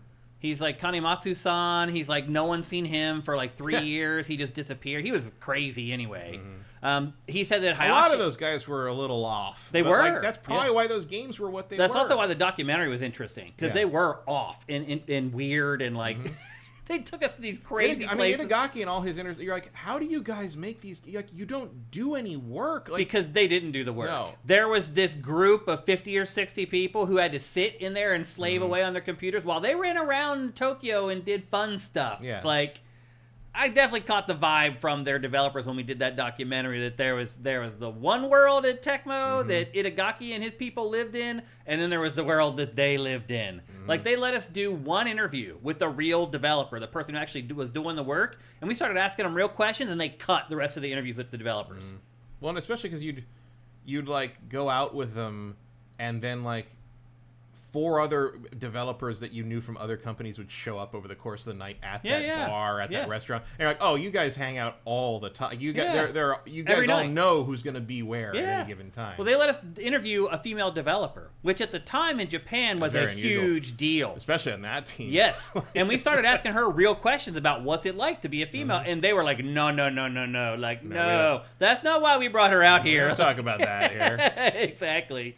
So anyway, ask her what she thinks of Aerosmith. Yeah, basically he said like the old guard Team Ninja is like not around. Even Hayashi-san, he said, has kind of stepped back and like you don't see him when you go over there anymore. I'm like, well, I mean, also that was 25 years ago. No, it was 19 years ago. Yeah, 19 years ago. But still, a long time. You're a documentary, but I'm talking about when that team was in its prime. Oh, right. Yeah. It was 25 years ago. Those guys were, the young guns 25 years ago. Hayashi-san definitely was. They made us position him as that. Yeah. That was the whole goal of that documentary, was to position Hayashi-san as the new leader. Yeah. Because Itagaki was the young punk when Ninja Gaiden 1 was being developed. And Hayashi-san was supposed to be his protege, who was supposed to come in and start making the games for him. So anyway, you should watch that documentary. It's really good. It's out there. It's free on YouTube. You don't have to buy Sigma anymore if you don't want to. Seriously. There are other ways to buy Sigma. Yep. Now. You should. It's yeah. Well, I guess the remaster they did is better. Probably. Yeah. Because Sigma added a bunch of stuff. It adds extra playable characters, new weapons. And it changed some stuff that I didn't really agree with. I think other people agree with I think all the Sigma versions were off in a weird way. They were improved in some ways and worse in others. Yeah. Another game that kind of surprised me, Dynasty Warriors 3 Remastered Complete Collection. Matt, did I miss something along the way? Was this like the version of Dynasty Warriors that everybody played? This one was considered one of the best of its era. Yeah. Okay. Like Muso 4, or we know it as, or no, we're one ahead. So this was Dynasty Warriors 3 to us, but Muso Warriors whatever 2 to them. Yeah. Because we counted that fighting game as Dynasty Warriors 1, and that was not from the same series to them. Yep. This was considered. I mean, it's not. I think the one everybody loves the most was from what 2. I thought. No, it's 5. Oh, 5 is the darling. Is the kind of the fan. As I recall, the fan base is like best of all time in kind of the vanilla series is 5. Although a lot of them say there's like other upgrade things or the little versions, extra versions of things, but a lot of people love 5, and 5 Empire is the best. Are you shocked that this was in the state of play? No, I mean, it is a round Tokyo Game Show, so yeah, I'm sure they added some Japanese games. I mean, these things were. I mean, you remember when we did go to Japan, whatever the yearly Muso game was, it was everywhere. It was, and billboards. Every once in a while, our translators would be like, "Yeah, that's a mob front," like that. Like basically, like they had guys who would go. Tecmo. They got guys who would go around and like make sure the local stores were going to carry the games in large enough quantities. And they also don't forget, I think it was Koei maybe, that had for a long time had the exclusive rights to print discs. Yes, that's right. In Japan. That's right. Somehow they got some crazy patent, and everybody had to go through them to print their literally PlayStation print physical discs. Yeah. I mean, that was a little bit of a shakedown even. I mean, that's sort of what Sony did with the Blu-rays. You're right. I mean, that's basically what happened. Create our own proprietary media so we control it. I mean, to be fair, Sony did create the Blu-ray. Right. Whereas, as I recall, Koei did some weird shenanigans. Yeah, there was some kind of weird paperwork because it was thing. only in Japan. It was like some weird thing where they finagled their way into that only in Japan, and so like everyone in Japan had to pay them a little, like a half a penny or something. You hang around with that crew back then, you definitely got the vibe. Like, because everywhere you went, people knew you. Like, they would take us into strip clubs, and everybody in the strip club knew who they were, and like.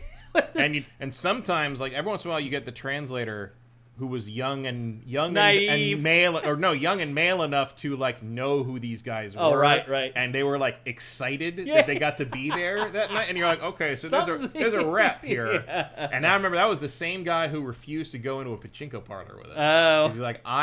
He's like, you go in, do whatever you're gonna do. If you get caught, just say you don't speak the language and run away. Yeah. And I'm like, okay. He's like, if I'm there and I can translate, we're gonna be in much bigger trouble. Right. I'm just gonna pretend I don't know you. Yeah, I'm like, okay, like.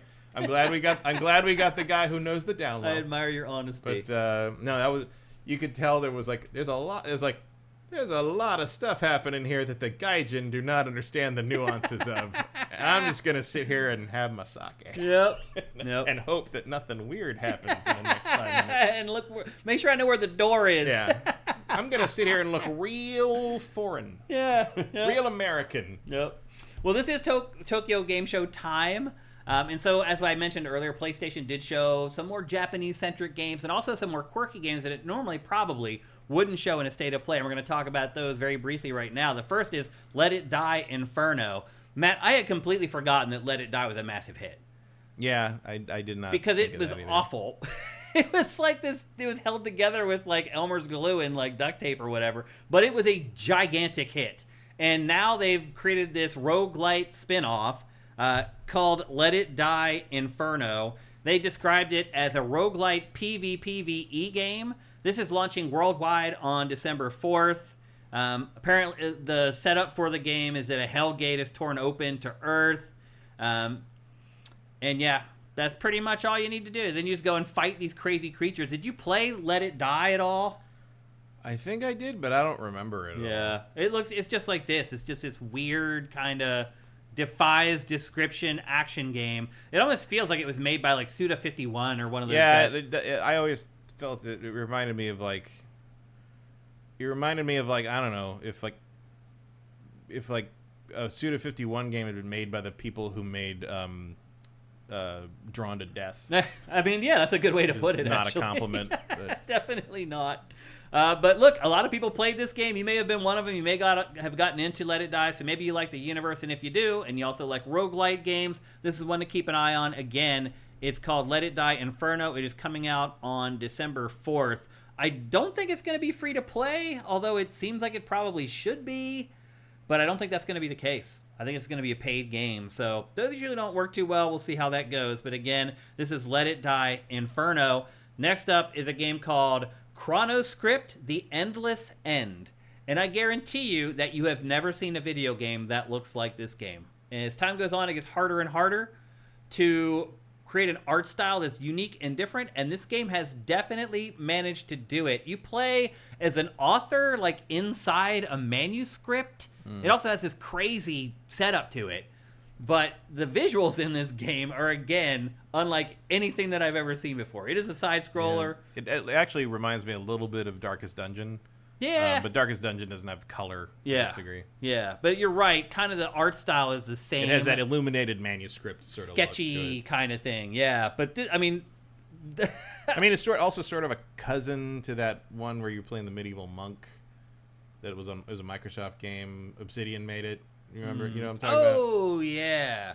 It was like an adventure game, though, right? Yeah, I know what you're talking about. But it's set in like the 14th century. Yeah. It's like we're gonna take like a literary art style, and we're just gonna make the whole game look like that. Obviously, that's not the same style they're using, but it's like it's like you don't get that too often. It's usually pretty. I mean, the games aren't necessarily great, but it is usually pretty cool. When you go all in on that kind of thing, and it looks like they are definitely going. They went all in on this one. Yep, this is coming in 2026 for PC and PS5. So we'll probably be seeing a lot more of this in the very near future. But wow, what an art style this game has. Also reminds me a little of that. What was that 2D, 3D game from like which one? Year? It was like last year. It's kind of like Square Enix's stuff. You mean? No, it was kind of like we're kind of disappointed in it. It was like you could jump in the 2D. Oh, with the storybook. Yeah, and you jump out. And yeah, run I know what you're around talking about. Because it's like that. Like you can see, like there's elements of the desk. You're on the table. Yeah, you're right. It does have, but you're right. That had like 3D Plucky elements. Squire. Yeah, the Plucky Squire. Yeah. There's definitely some similarities to it for sure, but Plucky Squire doesn't look like that. That's for sure. So it's a very unique looking game. I would probably remember it better if it did. Yeah, and then for some reason, PlayStation has become obsessed with getting into PC hardware. It's creating like mice and keyboards. Well, it's because if you're going to play their games on PC, they want to cut. Yeah, monitors. Yeah. And now they've shown off these brand new speakers, which admittedly are pretty nice speakers. Yeah, and these are basically crossovers with the other divisions of Sony, really. It's like, I mean... This is actually some synergy going on. Like what else is Sony Electronics doing? Right. You know? That's what it should be doing, making stuff like this. They're called the PlayStation Pulse Elevate PC speakers. They're also coming in 2026. You can also get them in white if you want to, if you don't like the black. But the design of these speakers is pretty unique. I also like how you can kick them up if you want to. So, again, they're coming in 2026. I don't see any pricing on these yet. No, I mean, they look pretty cool. The ones I have are pretty high end, but they're big rectangle. They're big cubes. Yeah. And I like them because I can put figures on top of them. Yeah. What does the PlayStation Link do? Do you know? It's like a special technology that makes all its equipment like talk to each other. Yeah, I think it's basically like it creates its own little mini network that that they don't. I think it's so they don't have to compete with other traffic on your home network, and they can just maybe That's it cool. makes it a little faster. I'm not sure. Sony's thinking about stuff. That is something that I'm kind of guessing at. I don't actually know if that's true. Yeah, like that's what I assume that would be. Because what else would it be? It's also cool that the speakers are rechargeable, and you can just take them and put them wherever you want, and then put them back on the base and recharge them. Pretty dope. Yeah. So no pricing on that yet, but that is coming in 2026, and that's kind of the big stuff that was in the state of play. Very quickly, I'm going to run through kind of the smaller stuff. There was a ton of games in this thing. Microsoft Flight Simulator 2024 is coming to PlayStation 5 on December 8th. So another big Xbox exclusive coming to PlayStation. Crimson Desert, we got the release date for that. I remain like interested in that almost in spite of myself. Like I can't quite figure out what it looks like. Game of Thrones made by crazy people, but it's compelling. Like it looks I'm having pretty cool. problems in the back of my mind getting over the fact that like these games are usually MMOs. This franchise, right? I kept thinking it's not. It's very clearly not. But I'm like I don't know. Maybe it's just because that Black Desert whatever online thing he's making me think. Yeah, me too. And because there's no real desert in the trailer. I'm like, why is it? Whatever. I don't care. I think that's the franchise, the Desert or whatever. Desert, it's the franchise. Okay. So I don't Crimson, know. Black. It looks interesting. I mean, I'm interested. Yeah, that's coming March 19th. Another one of those games. I'm like, does this really exist? Is this really coming out? It's like, yeah, okay, March. All right. They showed it at Gamescom. People got to play it, so it's like that and that. What's that Wuxia one? That like was it Korean or Chinese? I can't remember. Where Winds Meet. That sounds right. Yeah. Yeah. That seems to also exist. From what we can see. It's real. Yeah, but you're right. These games is just like, are they real or are they just like a trailer? But. Where Winds Meet has also been played by the press, so it's actually real as well. Then they showed a game called The Last Epoch for PS5. They showed a game called The Seven Deadly Sins. That's coming on January 28th. They showed Sonic Racing, which we're going to talk about here in a second. They showed Code Vein 2. That's coming on January 30th, so that's coming pretty soon. They showed Final Fantasy Tactics, which we're also going to talk about on the show today. And then they provided an update on the Classics catalog. Tekken 3, Soul Calibur 3, and Tomb Raider Anniversary's coming to that. And then they announced that they've sold 100 million units of Gran Turismo. And in honor of that, they're releasing a Spec 3 update for Gran Turismo 7.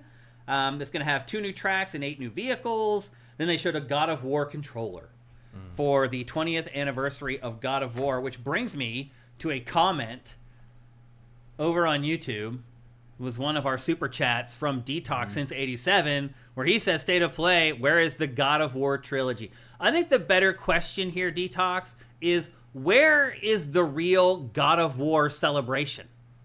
Like, for the 20th anniversary. We're getting the controller is like it's just a white controller with a red stripe on it. It's like, I get it. That's Kratos' tattoo, but like the most uninteresting controller ever.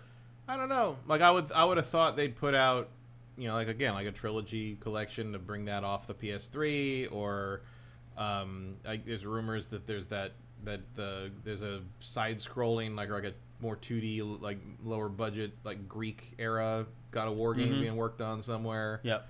I don't know. Yeah. I mean that's this year, right? 2004. Yeah. Or 2005? Was it 2006? 2005. Yeah. Because 2 was 2007. Yep. That was back when sequels took 2 years. Yep. That was so glorious, by the way. It was really amazing to get a sequel in 2 years. And it seemed like an eternity then.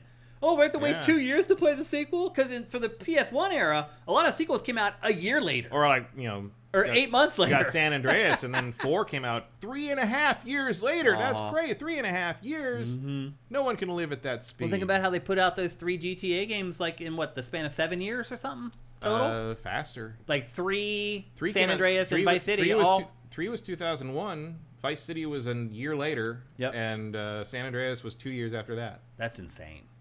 2001, wouldn't it be nice to go back to 2004. that? Maybe AI will make it happen, Matt. Now, to be fair, it took them 3 years to make the character swim. Right. So it's not like they were. That's a good point. They weren't making big strides between each one. They just changed the setting and the theme a little bit, and that was wasn't until except for San Andreas. San Andreas was a big change. Hell yeah. Vice City was very much just an expansion pack. I thought. Set in Miami, basically. Which I got hammered for saying because I only gave it a 4. Yeah. It was horrible. Oh my god! I didn't think it was as interesting. Yeah. I was hoping it would fix a bunch of stuff from 3, and they didn't. Then San Andreas just brought the house down. San Andreas nailed it. Yeah. 100%. Squishy Muffin says, interesting how God of War Ragnarok has kind of been forgotten. You think so? Especially for being a sequel to a lot of people's favorite game of all time. I don't think it's been forgotten. I mean, I don't see people talk about it much. But I don't see people talking about the reboot either from 2018. I do. Really? Sometimes, but I think part of it is like people don't talk about Ragnarok because the only thing to really talk about Ragnarok in comparison to the first game is what happens in Ragnarok, and if you haven't played Ragnarok, you don't want to talk about that because I guess spoilers. But I don't know. I mean, I certainly like the first one more. For the most part. I think I like some things about the first one more and some things about Ragnarok more. But I think I just felt I think the first one is a more interesting. I mean, I think Ragnarok does what a sequel should do. It makes it bigger and widens the scope and ups the stakes and da-da-da. But there's something about kind of the almost low stakes, like in comparison, like self-contained story of the first game that I don't really.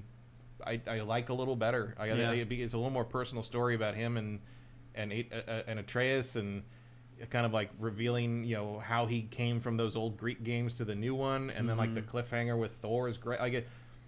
It's that game is a super tight, super clean journey, and Ragnarok is a little messier and a little bigger and a little crazier. Yeah, and like I understand why someone would like that better to some degree.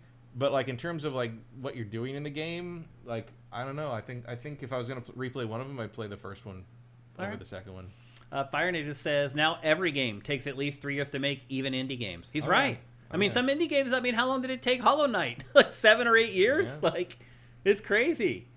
Vincent says, why is GT7 not on PC yet? That's a good question, actually. Very good question. Yeah, I don't know. Could be a licensing issue. With the cars. Probably that'd be my only guess. You probably don't have a license to put those cars on a PC. Yeah, which is ridiculous. It just shows a lack of foresight, or the fact that PlayStation is just when they made the deal for GT7, they were not thinking about putting anything on PC. Yeah, because that was probably 10, 11 years ago. Yeah. That's my guess, Vincent, but we don't know. Erebus says that Last Epoch is an absolutely brilliant action RPG. If you enjoy Diablo, don't skip it. It's really, really good. Okay, thank you, Erebus. That's awesome. Emperor Dread, thank you for Twitch Prime. That's incredible. Vincent says they started promoting Crimson Desert as an MMO, but changed it to not be one. So that's probably why it's in the back of our mind.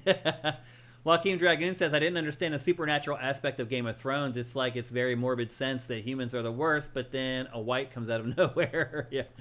Yeah. I think that's specifically why the first scene in both the book and the show introduces zombies. Like, you have to know immediately that these things are. But that's also part of the thematic point. Is like we're all doing these horrible backstabbing arguments amongst each other while this otherworldly threat is closing in from the north. And unfortunately, the TV series completely biffed it on that. And we'll probably never find out what the books were going to do because he's never writing those. It really feels. I think he's given up on that. I mean, I'm sure he's. Again, I've said this many times, but it's like he worked as an author his whole adult life, and he finally got paid, finally did well. He's gonna like spend his money and live his life well, and go to panels and have a good time and get production credits on things. And more power to him. He doesn't owe anybody anything. Yeah, he wrote some great books. He wrote some great books. He really he did. really did. And if he doesn't, again, it doesn't matter what he writes in those last 2 books. No matter what happens, if he puts those out, dorks are just going to yell at him for the rest of his life. Like, what's the point? Why fucking put yourself through that? I hear you. I agree. Like, it's way better to have some dude pop up every other Q&A and be like, "Where's Winds of Winter?" Like, than have like 4,000 people a day screaming saying at you your book sending sucked. death threats about what you did to fucking Tyrion in chapter 4 or whatever. It's like, fuck you. Like people joke about the thing where it's like he's already written both of them and they're not going to be published till after he's dead. But I'm like, you know what? If I was in his position, that's exactly what I'd do. I know. Like, you can have these books when I don't have to fucking listen to you anymore. Like, that would be my response to that. Yep. Cinetike says, meanwhile, I had 5.1 PC speakers in like 1999. So did I. In fact, the computer speakers that I use today, I got in 2003 or 2004. And it's like this Audio-Technica 5.1 setup with a subwoofer. It still sounds amazing. Yeah, after all these years. I replaced them with the better, the nicer speakers I got when I got the new PC a couple years ago. But until then, I was still using my little like surround sound Bose thing that I got in like 1999. And they still sound great. Yeah. Yep. I still have them in the closet. Yeah. Like they still can fill a room, and they're like this big. It's like this big and a little subwoofer, and it shakes the house. Pentiment was the other game we were thinking of. Thank you, Justin Horman and Vincent, for that. Commander Fett said this reminds me of Braid. Yeah, a little bit. Yeah, I could see that. Sub Sam Jam says, Let It Die was an early free-to-play console release, I think. I vaguely recall trying it out for the novelty at the time. It ended up doing gangbusters. Like, I went back and started looking. I was shocked at how well it did. Fire Native, thank you for Twitch Prime. Onimusha did this first. I'm not sure what Retro Modern Gamer's talking about there. The Neo, as Squishy Muffin says in the next line, sword action Asian setting game. Yep, with monsters. Quote, unquote. All right, well, it looks like all your comments from the State of Play, unless there's a couple here at the end. Cinetike says, I have the Logitech X530 from the early 2000s. So it's about the same thing. Yeah. I mean, sound... Once you get a good set, like, you don't really need anything else. Yeah, sound kind of... I mean, once Dolby figured out their sort of, like, the Pro Logic sort of faux surround thing... What else are they doing? Either grab that and it still works fine today, or you've maybe upgraded to Atmos if you have a dedicated then it comes down to the mix system. inside the game. Yeah. You have the speaker set up there. LeBeau says Saros looks like a game with PS3 shaders. Does it? I don't know. I'm not even sure what that means, actually. I don't know. Were there shaders on PS3? Yeah, there were. But like, I guess because it's so brown. Maybe. It was a very brown generation. It really was. Brown, gray, and red. That's like what it was. And Detox Since 87, thanks for your donation, man. We really appreciate it. Okay. It's time to move on. In GameFace 452, we're going to talk next about Sonic Racing CrossWorlds. We previewed this months ago because I was in the early beta and got to play a bunch of multiplayer. But now, obviously, Matt's got a chance to play. We've both played the single player, so we're going to talk with you guys about it again. But before we do that, here's a word from our sponsor, the Repair App. Cracked phone screen, stuck zipper, busted bike, borked HDMI port, persnickety PlayStation? Don't toss it, boss it with the Repair App. The mission is to build a world where repair is the norm, not the exception. Snap a pic, describe the issue, and find local pros ready to fix it fast. It's not a marketplace, it's a movement that saves your stuff, your sanity, and the planet. No fees, no credit cards, no data collection, no stress. Just fast and fabulous fixes. Track your items and the repairs, log warranties, build a repair history, and become the hero your stuff deserves. Fight landfill guilt, save some cash, and support local business all at the same time. And best of all, it's free. Join the Repair App waiting list today at therepair.app and be among the first to get access. Fix it, keep it, repeat, because trash is so last century.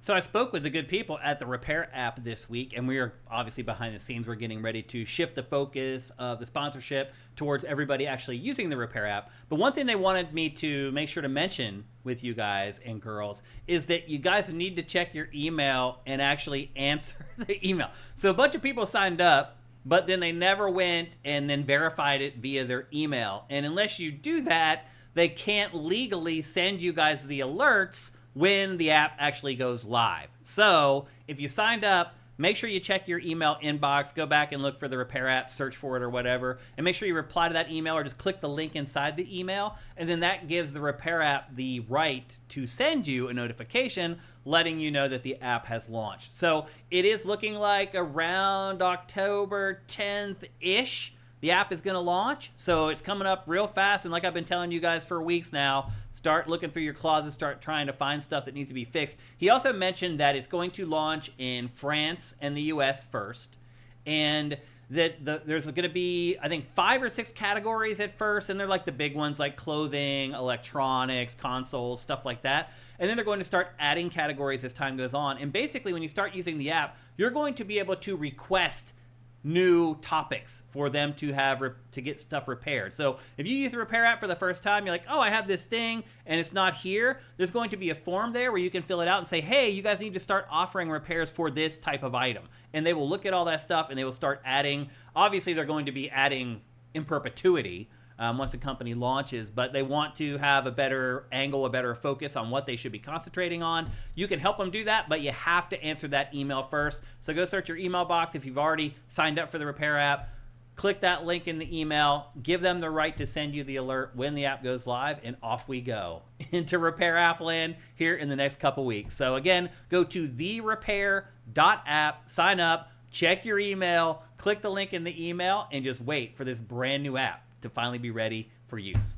All right, now it's time to talk about Sonic Racing CrossWorlds. It's interesting, Matt, for this game to come out so close to a brand new Mario Kart, because we waited, 8 years for a Mario Kart. Mm-hmm. It finally comes out, and then a month and a half, 2 months later, we have this game that plays very similarly to Mario Kart World. It's almost like one person was on one team and defected to the other team and shared the ideas, because they are very similar in that you don't just race the same lap 3 times. Mm-hmm. At the end of the first lap, whoever is in first place, there's basically 2 windows that you can choose between. You drive through the one, and that's the lap that you race for the second lap. And then the third lap is when the track actually comes to life. So there's one track that's like a bunch of dinosaurs, and the third lap for that track, you're driving through dinosaur legs as they stomp through the world. And it just keeps you on your toes. It makes it feel like no 2 things are the same. So I started a Grand Prix, the primary single-player mode in this. I think it is anyway. That's generally, in kart racers, that's what I think is the main single-player mode. I played through the first Grand Prix once, and then I went and had dinner. I came back, and I played through it again. And other than the first lap, it was entirely different playing through that same Grand Prix the second time, which is really freaking cool. Because I'll be honest, with these games in general, usually once I play through the Grand Prix once, then I play multiplayer, and when I burn out a multiplayer, I'm done. I never go back and play the single player again in these games. Because it's once you get good enough at them, you can just crush, pretty much most of the difficulty settings. And so I never go back and play them. This actually incentivizes you a little bit to go back and play the single player content again in a kart racer. Now, obviously the big difference between this and Mario Kart World is that this isn't an open world game. This is more of a traditional, here's a menu, pick your track, go race the track. Now you go back to the menu. Whereas Mario Kart World, you could just drive to the next race if you want to. And it was this big interconnected world where you could just fire off races and initiate races. There was some open world stuff to do, but not enough for sure. They definitely, if they ever make a sequel, while I'm still alive, that's something that they should concentrate on, is making the open world more exciting and have more things to do in it. But it was They there. did at least add some more tracking options. They did. They've been trying. And notice that Mario Kart World, its biggest update yet, launched like the day that this game hit the market. So they're watching each other. There's no doubt that there's like a little thing going on here between these two games. Matt, what are your impressions of this now that you've had a chance to play it? I think it's good. I like it more than World. You do?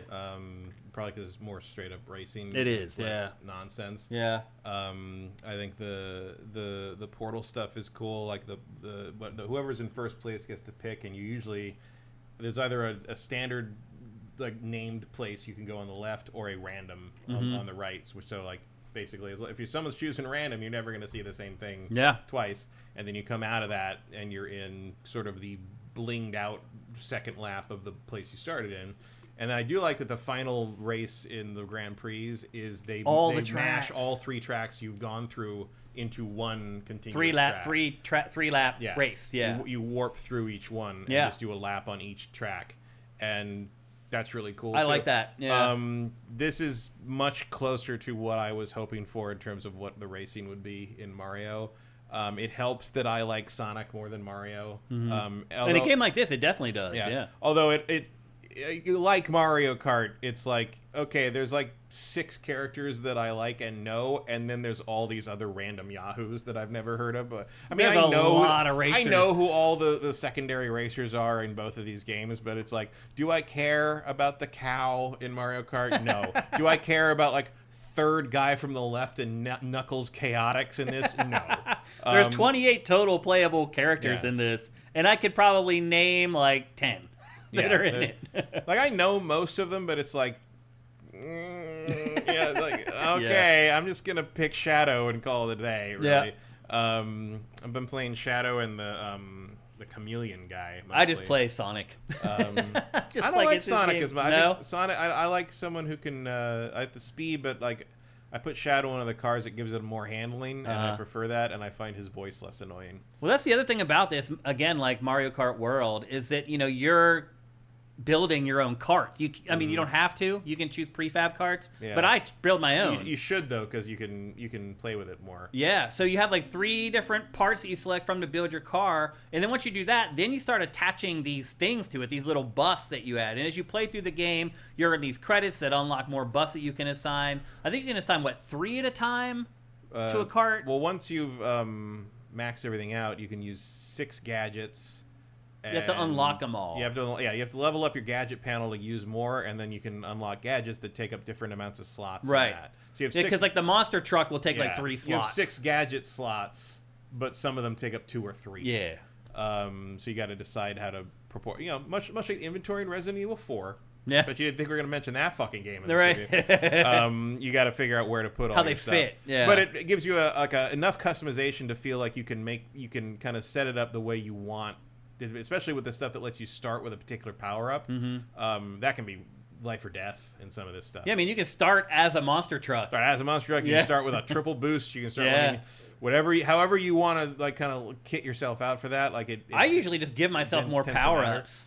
Like I use the one that gives me 3 power-ups or whatever, and it's like you always have something to use. I love the one that makes it so you don't lose your power-ups when you get hit. Yeah, that's nice too. That's important because this game does have a blue shell problem. I mean, that's just the nature of these kart racers. Like, I'm doing really well. I'm going to get hit by... I mean, I have dropped from first place to 7th in the last, like, I've 400, had worse than that 40 happen. yards. It feels like there's multiple power-ups in this that are as devastating as the blue shell. There are quite a few. Yeah. And that's probably my biggest gripe with the game, honestly, is it does feel a little too random. Like, I get that they want rubber banding so that... I don't find it as bad in multiplayer, but the computer is a dick. Yeah. There's lots of times where you just get destroyed in the last turn.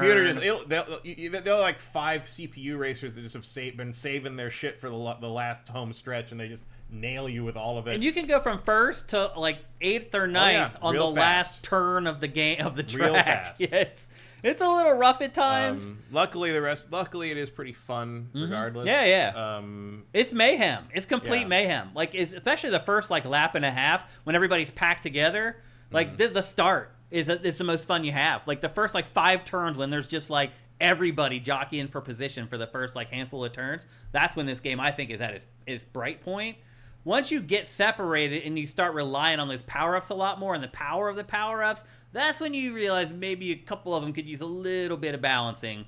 But it is just total mayhem, and it's just fun. And, you know, I think the vast majority of people who are probably going to buy this and play this are younger players, and I think younger players will love this. Yeah, and I also like you always have a rival. Right. In the Grand Prix stuff, and you can kind of you can pick who it is. There's the harder ones and easier ones based on like what kind of points you'll get at the end of the thing if you beat them.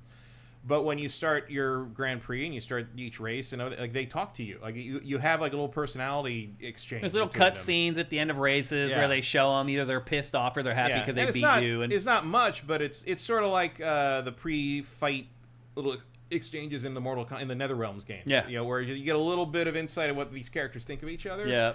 And like that's a really nice addition here, which is something that Mario Kart absolutely does not have. Like Mario Kart feels so impersonal, so sterile compared to this, which is a weird thing to say because normally I would say the opposite of Nintendo versus Sega these days. But even as a Sega fan, but no, I feel like this guy has a lot more character to it. I'd agree with that. Is nice to see. Yeah. Some of that's just because so much of Mario's cast doesn't fucking talk. Well, I think a lot of it will depend on whether you care about the characters or not. Oh, yeah. Yeah. But it was interesting. It's sometimes interesting to see a character that I'm like, I have no idea who this is.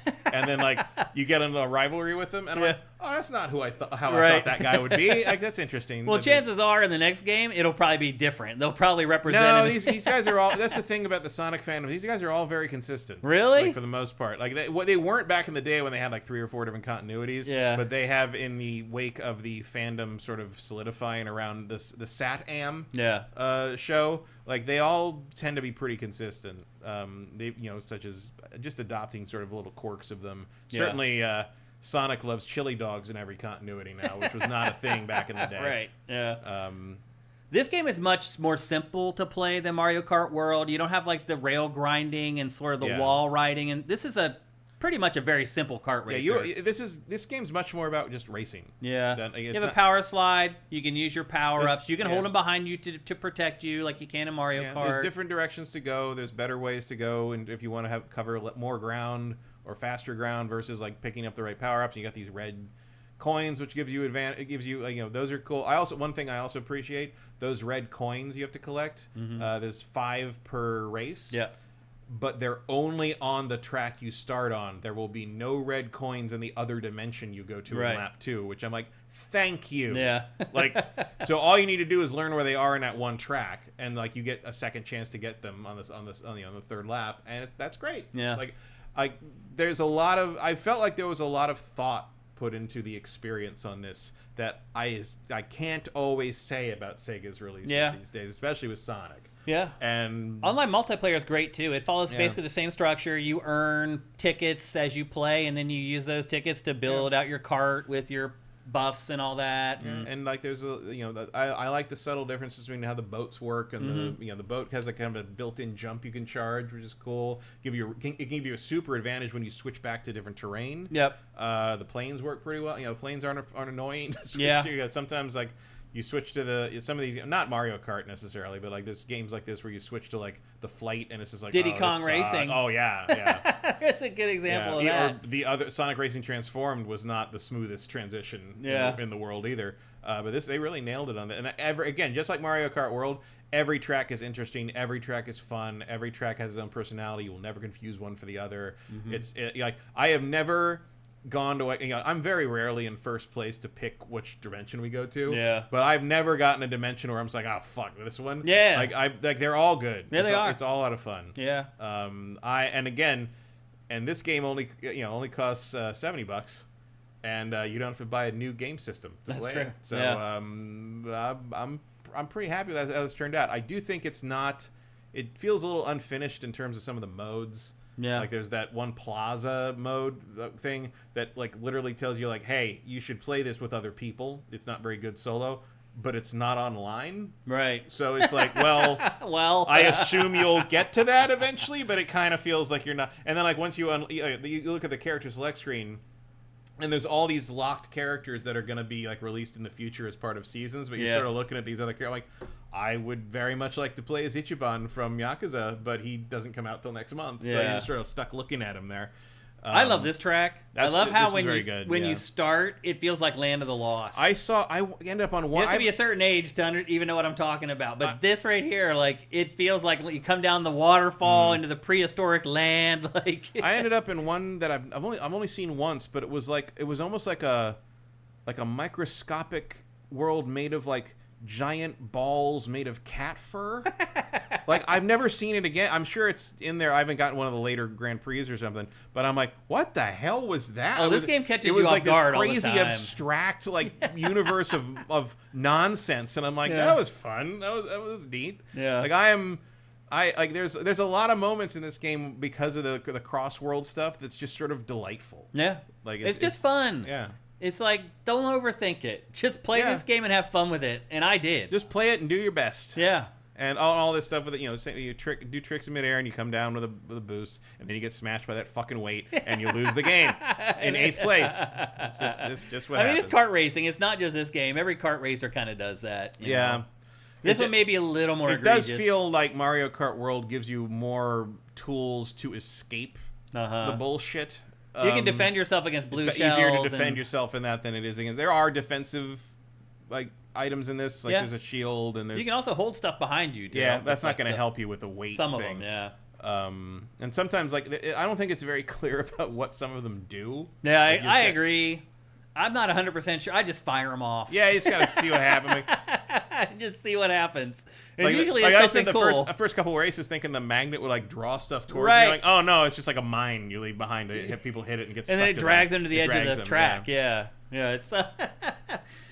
I'll be honest with you. If I had to pick between this and Mario Kart World, I would probably still pick Mario Kart World. It's close. I would be more willing to pick Mario Kart World if the open world stuff and that was better. Yeah. I just like that it's there, and I realize it's not great, but it's like you have to do that first so that you can really nail it the next time. So I feel like this franchise is maybe just a step behind Mario Kart World, but I honestly think, to your point, generally somebody asked me should they buy, I would say what you said. Which characters do you like more? Mm-hmm. And that is what I would tell them. And how much money do you want to spend? Yeah. $10 isn't that much money, but I mean, you got to buy a Switch 2. Right. Yeah. If you already got a Switch 2, that's a moot point. Yeah, I hear you. I'm just saying, like, you're gonna buy a Switch 2 for that game. You're gonna play this, which is almost just as good. Yeah. Doesn't have the open world, but again, I bet Mario Kart World 2 in 2039 will have an amazing open world. I do like. And then at the same time, they'll make a Sonic racing game that has an open world just as bare bones as that's what I'm the saying. Current Mario it's a Kart step world. behind, yeah. Right, but in terms of the actual gameplay and racing, I like this better. It's simpler, and I think that'll appeal to younger players a little more. I like the extra depth of the rail grinding and the wall riding. I'm not great at it in Mario Kart World, but it's another mechanic that I can master. And this is very simple. I mean, this is I prefer like kart racing 101, basically. I prefer it simple in that regard. Drift button, a gas button, and a weapon button, and that's pretty much it. Because unlike Mario Kart, it's like, okay, that would have been a good shortcut to know about if I'd played this track 40 times and I'd memorized every single rail in it and I knew exactly the proper ideal path through it. But you know what? I'm never going to know that. So I'd rather play something like this where it's like just chaos and you can pretty much get there as best you can the first time you play it or the 5th time you play it. And maybe that doesn't hold up on playthrough 40, but I'm not going to play any of these games that much. But some people do. Some, yeah. I mean, some people will get these and they'll play them for 8 years, And in that case, I do think Mario Kart World has more depth. But also, you're not going to have to play this for 8 years because they're going to put another one out in 4 years. That's a good point. You're not going to have to wait a life cycle of a human being to play the next Sonic racing game. Mario Kart's different. Yeah. The bottom line is they're both great games. Yeah. I don't think that's why I said I would just say whichever characters you like more, that's the one you should pick because you're going to enjoy playing either one of them for sure. Mm-hmm. If you're into these types of games, they're both really good examples of the genre. So, and I would also say if you are more interested in, I think this game is better at just doing the kart racing thing. I think Mario Kart has more in there.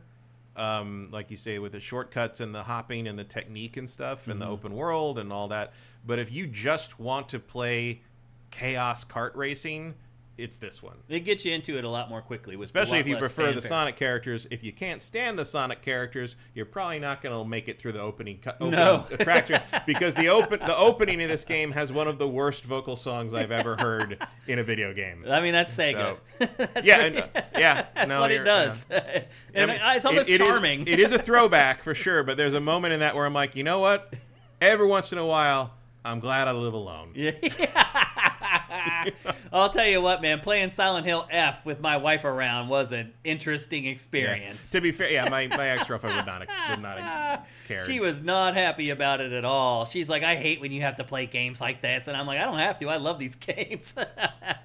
But she doesn't, because she just hears it. She just hears the moaning and the monsters and like the horrible hacking sounds and all. You know, she doesn't actually pay attention to what I'm playing. She just hears the horrible audio of these people being murdered or whatever. As I always say, like I remember back when I still lived at home, and my TV was right next to where my dad would sit and work on the computer, which was also in my room, and so he was right next to the speakers of the TV, so I'd keep it low or whatever. But I remember I brought home Banjo-Kazooie that first day, and I plugged it in, and he was sitting there. And I start playing it, and it's just like, wah, wah, wah, and he just like stops and turns and looks at me and goes, really? I'm like, all right, we'll mute that until you're gone. You know what? I've tried to use Banjo-Kazooie for Name That Game Tune twice. Because I love the game, and I want to do it. But it is so easy. It's very easy. It doesn't help that like the whole there's like 2 songs in that game. They're all just like remixes of the same. And the sound effects, if you've played it, you hear those sound effects for 50 over and over hours. And so it's like I couldn't find sounds that people wouldn't be like banjo, banjo. It's like all of it. It's like Kingo. Yeah, just over there is and over no again. audio in that game that people who have played the game would not recognize You'd have to like immediately. you have to pull out like some random character who has one scene like 3/4 of the way through the game that's doing the like, so you wouldn't recognize the tone of it. Yep. Yeah. The other thing I would say too that gives this game an advantage over Mario Kart World is that it's available for everything. Right. And I mean everything. It's available for PC, PlayStation 4, PlayStation 5, Xbox One, Xbox Series, Switch, and Switch 2. So no matter what platform you own, you can buy and play this game. To your point, you have to have a Switch 2 to play Mario Kart World. That gives this game sort of another nod in its direction. So I don't think you can go wrong picking up either one of them. It's amazing that we have 2 incredible kart racing games that came out in the span of like a couple months. You probably don't need both. Yeah, you definitely don't. Yeah, I mean, I enjoy playing both, but you don't need both. Yeah. And most people most people will not buy most both. people, I imagine, have a strong enough opinion of Mario versus Sonic that they're going to pick one. And I would say that's what you should do. Like, if you like Mario more, you should probably pick Mario Kart World. But again, you're going to have to make sure you have a Switch 2. If you like Sonic more, and a lot of people do like Sonic more right now with the movies and everything. Like, Sonic's a big deal. Yeah, so we'll see how that battle plays out when Mario Galaxy comes out. Yeah, so like if you think about this, like for this holiday season, you're thinking about like buying a game for your kids. Like that's exactly what I would use to determine which one to buy. Is if they've fallen in love with Sonic through the films and they love Sonic, then get them this. If they love Mario and they love playing all the Mario games, then get a Mario Kart World, and everyone will be happy. Although they'll be like, why doesn't Mario sound like Star-Lord? Yeah, seriously. Let's check in with you guys quickly. I'm sure you guys don't have a ton to say about a kart racing game, but we'll answer any questions that you have. Vincent says, note, it's not on Switch 2 yet, just Switch 1. That's right. The Switch 2 version is coming a little bit later. You're right. But you can play the Switch 1 version on the Switch 2. So it's like, does it matter? I guess it kind of does, because it probably will look better if it's built natively for Switch 2. But bottom line is, if there's a Switch 1 version, there's technically also a Switch 2 version. Vincent says the answer is to go buy Sonic All-Stars Racing Transformed, because it's like $5 or whatever. And let's be honest, like, kart racers haven't evolved that much in the last like 10 years. No, Transformed is still good. This looks better. I mean, the CrossWorlds gimmick does really work. Yeah, like it really does. A big part of the appeal. Yeah, absolutely. Yeah. Vincent says it was actually 7 years between Team Sonic Racing and this, which is shocking to me. I never would have guessed that. Land of the Lost, that's a blast from the past. Like I said, only people of a certain age will understand. Although they did like do a reboot movie or something. Yeah, which I'm guessing probably sucked. When I was a kid, I loved that show, man. I was obsessed with that show. Like every Saturday morning, I would run to the TV to watch it. Zsaber, do you think Nintendo will make their next patent blocking Sega from making these games? Maybe. I mean, I'm laughing, but maybe. they'll try to patent it, kart racing in some way. I think that's all your questions for Sonic Racing. East Demon says, interesting your opinion is on the lower end. A lot of reviewers have said CrossWorlds is better than MK Worlds. Yeah, I have played them both, and I think they're both great. And I think I would just choose based upon which characters you like more. Anything over on YouTube before we get moving? Ian Magar says, online Mario Kart World is full of cheaters. They've ruined it. I mean, every online game is full of cheaters. Mm-hmm. So they're about to, I mentioned earlier, they're about to launch the Black Ops 7 beta tomorrow or the next day. And they are actually asking cheaters to come and play. They're saying, we won't permaban you. Bring your cheat dongles and everything because we want to try to stomp you guys out during the beta. And we want to see if we can detect you guys. Yeah. And so they're actually asking people to come and cheat during, which sucks for the people who are playing the beta, but people cheat anyway. I just went back and tried to play Black Ops 6 like a week and a half ago. It's just ruined by cheaters. It's almost unplayable at this point. It's just you watch their kill cam and their aim is like ding, ding, ding, ding, ding, ding, ding. It's just bang, bang, bang, bang, bang. You're just like, how do you stop this? Like, I don't know. You can't, I don't think. I think that's what they're trying to do, basically. Ian Magar says, do I have to use stupid face buttons to accelerate with no option to change the trigger like Mario Kart World? I actually don't know the answer to that. I think on PC you can remap them, Can I you? believe. I didn't. But I thought of that too. Yeah. But yeah, it's just the X button. Or it the defaults A to the A button. Mm-hmm. Yeah. Which is fine for me. But yeah. Some people just prefer the trigger. There is no, you're not using the triggers for anything, from what I can think of. You're just using they both do items. To Ian's point, though, like for Mario Kart, for me, I'm used to playing with the X or the A button is the gas, and then the shoulder button for the power slide. I don't like having the gas and the power slide up on that same shoulder. Yeah, that's a little awkward because you are using the right bumper to charge and to flip, mostly for the boat. Yeah, and to skid. Yeah, I don't know. I probably wouldn't take it off the face button. It doesn't make sense for that game. I don't think so either. I mean, I haven't, so I don't 100% know if you can alter that. But it looked like there was an option screen. I don't know, the options were a little limited. Yeah. Yep. Any other last questions? Erebus Jones, have you turned off crossplay with PC? I've played loads of COD console only and don't really remember any major cheating issues once I bumped. I've tried everything. I've gone to console only, tried to cut out PC. It's less common on console, but it still happens. Everybody's got the dongles. I think it's just as common on console, Erebus Jones. Like, it's just this little thing that you just plug into the controller port, and they can't detect it, they can't stop it, and it costs like $10. Like, everybody who plays Call of Duty a lot is using it. So, I don't know how you can't see it, man. Do you not watch the replay cams? Like, when they know you're there, they're like it's just obvious. It's like, I'm behind 3 buildings, and you watch the kill cam, and you can just tell the dude knows exactly where I am. He runs straight at you. You come around 3 buildings, and it's just obvious. I don't know. It's easy for me to see when people are cheating in Call of Duty. But you've mentioned this before, that you can't seem to detect it. But obviously, I'm right, because they know it's a major problem. They talk about it like once a week, how they're trying to stop cheating in Call of Duty. Vincent says what we can all agree on is that they're both better than Garfield Kart 2. And I think you're right. I'd agree with that. And we'll end it right there on that prophetic I would like to see new Wipeout games. But would you? Oh, sort of. I mean, I don't miss Wipeout, honestly. 2 days ago was the 30th anniversary of Wipeout. Really? I didn't even know that. Yeah, I think it was 2 days ago. Wow. I mean, I preferred Wipeout XL. I mean, the thing I about love the soundtracks. Well, I was gonna say the thing about Wipeout is that like it was the first like thing to really use like trip hop and electronica and all that. I mean, we all like most of my friends. We all found Underworld and Orbital and Chemical Brothers and all that from those games. Yeah. And me and my friends, we were like, "Damn, it's about time somebody put our music in a video game." And then we're like, "Well," but then like the port to the Saturn and PC did not have those. Right. The music. They They used that in-house guy. Yeah. Todd something. Yeah. And they was not as good. Yeah. And the big problem is like, oh, why don't we get a Wipeout XL? I mean, I'd love a Wipeout XL or a Wipeout 20, whatever they call it in the UK. It was like 2048 or something like that. Yeah, something like that. I love that, but you better get all that fucking music back. Yeah. Like, and they could license that still. They could, but like just like as Tony Hawk shows us, they may not be willing to. Or they may not want to. They may all of a sudden be like, I want some other songs in there. It's like, we want these songs. If you don't have that instrumental of Firestarter in there, I don't want to give you money for this. Yep. Because that's what I liked doing, was racing to those songs. I agree. I mean, Tony Hawk was like that too. There was certain police truck by Dead Kennedys. It's great to skate to. It just is. So, yeah, I hear you. But anyway, that is Sonic Racing CrossWorlds. That's 2 thumbs up from GameFace. Matt says pick Sonic over Mario Kart World. I say pick Mario Kart World over Sonic, but we both agree that it's probably which characters you like the most. Mm-hmm. Yep. Okay, let's move on. We're going to talk about Tokyo Game Show. But we're not going to talk about it very long because there's not that much to talk about, sadly.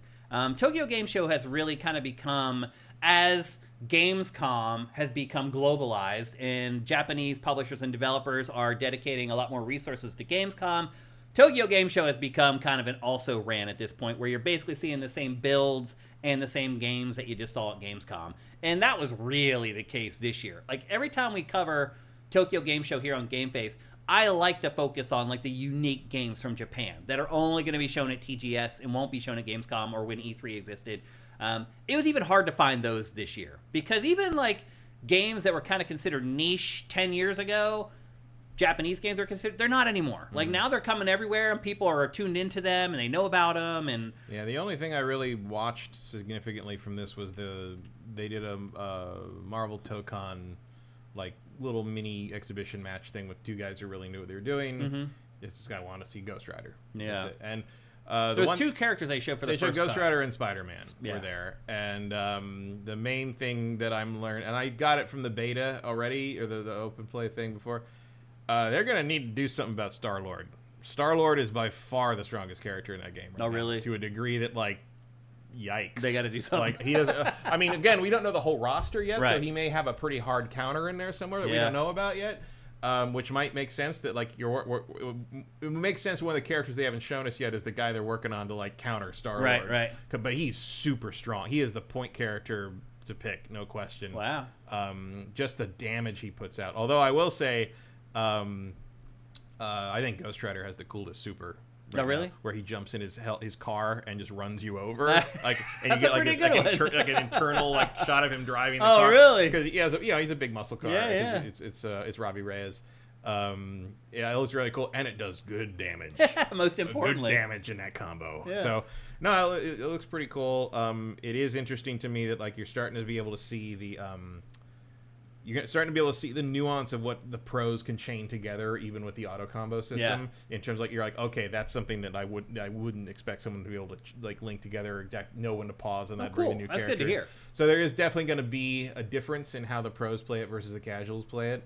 But I think the casuals are still going to feel like they're doing cool stuff, which is kind of the important part. Awesome. Well, the biggest story, really, from Tokyo Game Show 2025 is Forza Horizon 6, and it was we already knew about it. We knew that it was going to be set in Japan. This was just a confirmation. Again, everything leaks now. There's no surprises left in gaming anymore. This is another one that leaked out way early, but as it turns out, once again, the rumors were true, and the next Forza Horizon is set in Japan. Obviously, Tokyo Game Show, the perfect place to reveal that. This trailer doesn't show hardly anything. It just reveals basically Japan at the end, but they did put something out and let you know it's coming out in 2026. It is coming to PlayStation 5, but it is going to be an Xbox console exclusive for a certain period of time that Microsoft has not shared yet. Well, I'm sure they want to give Forza 5 some time to continue to sell. Also, you want to get people on Game Pass playing Forza 6 for a while. There's also people I know who have said that they think it's a resource issue. Really? That, like, they don't want to complicate the pipeline by adding another console to it until they've got it done. Interesting. And, like, they want to make sure that Xbox and PC versions Xbox and PC are served properly, and then that they don't launch some kind of, like, broken ass port on PlayStation simultaneously, because you come out of the gate so strong with 5 on PlayStation, you want the next impression to be just as good. Yeah. So I think that makes a lot of sense. So they gave us this trailer, and then there was a big article about the game over on Xbox Wire, and it was literally 2,000 words of nothing. Yeah. There's very little information about this, really. The only thing I could glean was there's going to be a bigger focus on the seasonal changes than there was in prior games, but it's a big thing in the prior games as well. They said that the environments are going to just be crazy. Like, they're going to be like a shrine right next to a small workshop beside a neon arcade. And that is Japan. Yeah, like so. I mean, the interesting thing about I did see that like it's going to be basically the whole island. Like it's going to be every environment. You'll be in Tokyo. You'll be up on the mountains, which is going to be interesting because like there hasn't really been a lot of city racing in this series, and I think as people are saying, I don't know if that's going to be all. Like, you know what? If they can really lean into the setting, if you can have if you can have highway battles and street racing, and then the drifting down the mountain, and toga battles, like if you can do all that and have that all be part of it. And then still have all the other standard Forza Horizon stuff in it. Like you're gonna end up with something pretty special if you pull that off. They said only now the tech is capable of it to do a game in Tokyo. I believe it. I believe it too. All the verticality there in Tokyo. So I'm excited for this game. It's coming in 2026. They also said that they've never let us down. Yeah. Yep. They said that the game will give the serenity and the natural beauty of Japan's rural and mountain areas while also giving you like the overcharged like urban stuff in Tokyo. So it sounds like it's going to be the best of both worlds. Anyway, that's Forza Horizon 6. I'm sure we'll be getting a lot more about that game in the very near future, but it is coming out next year. Other things that were shown, they showed a new trailer for 007 First Light that revealed another lead character in the game. They showed a Bruce Lee themed mission for Hitman World of Assassination. They showed a trailer for the Black Ops 7 maps that are set in Japan. There's tons of Yakuza at Tokyo Game Show. There's Yakuza Kiwami 3. There's 2 more Yakuza games coming to Switch. And they showed that. Capcom's presentation overall was just Gamescom. They had a new trailer for Pragmata and Onimusha, but otherwise, the rest of this stuff was like worthless pretty much. I mean, it was the first time Japan got to kind of check out Resident Evil Requiem, but they didn't even put out any new media for that, which is surprising for Tokyo Game Show. I thought there was some new stuff from them. Technically, Capcom did a presentation, like a 30-minute thing, and there was a new trailer for Requiem, but it wasn't. They reused footage from prior trailers and just put like little titles on it. Combat, first person or third person. No new footage for Tokyo Game Show, which I was surprised at. And then there was one kind of cool game that I wanted to show you guys that kind of caught my eye. The Switch 2 build. That was what. The Switch 2 announcement in the build was kind of the big story there. And then the one cool game that I saw is a game called Spell Trigger. It defies description. It's like a third-person shooter crossed with like bullet hell crossed with an RPG. But the twist is it feels like the shooting takes place almost on like this circle where you circle around the enemy, and then the enemy sends like bullet hell barrages of bullets at you or whatever. Again, I've never seen a game that looks like this. It's obviously no technical marvel, but Tokyo Game Show is about new concepts and new game ideas, and for me, Spell Trigger was definitely one of those. Right now, it's only announced for PC. There's no release date for it yet. The movement actually reminds me of that, the way you're kind of automatically running around the target. Yeah, it's almost like a turret shooter. It reminds me of that game from a couple years ago where you were trying to kill all the cult members with a sniper rifle, and like you kind of had the auto run going. You kind of auto ran around the area like that. It's very similar. It reminds me of that mixed with piano. Yeah, mixed with a bullet hell something or other. So again, when I check out TGS, I try to find games like this. This looks like something that Capcom would have announced to be exclusive to the GameCube. Right. This is part of the Capcom 5 that never came out. Erebus Jones says that playstyle is exactly like Mach and X on Dreamcast. You're right. That is one game that it does compare to. It does look like, and also looks like Mach and X with the red and the dark hair. Yeah. Yep. But again, this game is called Spell Trigger, and it's only coming to PC. No release date for it yet, but it is, to me, the most unique game that was shown at Tokyo Game Show 2025. And then another big story was like no-shows. Like, where was Strangers in Heaven? I don't know. Where was Virtua Fighter 6? I mean, I think Stranger Than Heaven is 2027. It is, but like they showed a trailer at Gamescom. Why wouldn't they show it in their own home territory show? Like, you figure you get something. Virtua Fighter 6, like, that just should have been the big blowout for Virtua Fighter 6. Like, Japan loves Virtua Fighter, but nothing. They'll do that next year. It's not coming out before next TGS. I get that, but it's like if you're going to put out trailers for these Western shows, like it feels like you would maybe reveal a character for Virtua Fighter or something. Like, do something. Like, they haven't even admitted that it's Virtua Fighter 6 yet. I know, but it's the next Virtua Fighter. Like, sure, in Japan, again, Japan loves Virtua Fighter. Yeah, well, they can do that later. Yeah. There's no real reason to do that 3 years before the game comes out. I'm just saying, like, there's no story at Tokyo Game Show 2025. Yeah, like it's Tokyo Game Show. Like, that's pretty much how it is now. It used to be different though. Well, like yeah, they but used to hold stuff for 15 years ago, TGS, sure. and like they just don't do anything like that anymore. Because They've westernized their business. because it doesn't get them anything. Yeah. Like Japan is a fairly small slice of that for most. I mean, there's 300,000 people there almost. Although the attendance was down this year by 4% from 2024. I mean, it makes more sense to announce Kiwami 3 and focus on that because that's what's coming out in February. That's your, clearly they're doing yearly Yakuza releases now. Like every February, you're going to get a new game from that team, which is crazy, but they're pulling it off. So, and Kiwami's a pretty big upgrade. 3 needed it. It does look pretty. 3 needed it. Yeah. I don't know if you need to go further than that. Like, I don't know if we need Kiwami 4 and 5. I don't think so. I think they're already in good enough shape on their own. I would agree. And also, I don't know. At least for now. I don't think 4. If I would call 4 the worst in the main series, and I don't really feel we need to revisit it that hard. Like, we're good. Yeah. But that's 3 is a good place to stop with that, and then you do Stranger than. Say it again. Oh, I forgot it now. Yeah, see, it's because it's a horrible title. Stranger Than Heaven. Stranger Than Heaven. Yeah. And then you're gonna probably move into whatever the next map is for Yakuza 10 or whatever it is, or like a Dragon 4 or whatever we're at this point. Yeah. And then you'll use that map for 3 for your wacky game with Majima, and then another thing, and then we'll be on to the next. Yeah. It's like they've really got that pipeline working. Yep. So there you go. That's Tokyo Game Show. That's pretty much all it was this year. We just showed you all the hot stuff. And aren't they doing some other revision of Virtua Fighter 5 Revo or something? So they don't even want to talk about Virtua Fighter 6. It's coming to consoles, I think, is what it is. Yeah. I think it was only PC at first, and something now like that, yeah, something like that. Well, there you go. That whole thing is kind of a mess. It is. I agree. That's TGS 2025. Next up, in our last topic. No Shenmue 3 remaster news? No. We talked about that a couple weeks ago, actually. But more. We need to know more. Our final topic is our review of Final Fantasy Tactics. It's called Final Fantasy Tactics, the Ivalice Chronicles. I think it's the 3rd version of Final Fantasy Tactics at this point. Yes. It comes out today. I've been fortunate enough to have been playing it for the last week at this point. And, oh man, has it been quite a remembrance of this game that I had forgotten a lot about, because I did not play the 2nd version of this. I have not played it since the PS1 version, and I had forgotten a lot about this game. I haven't. Yeah.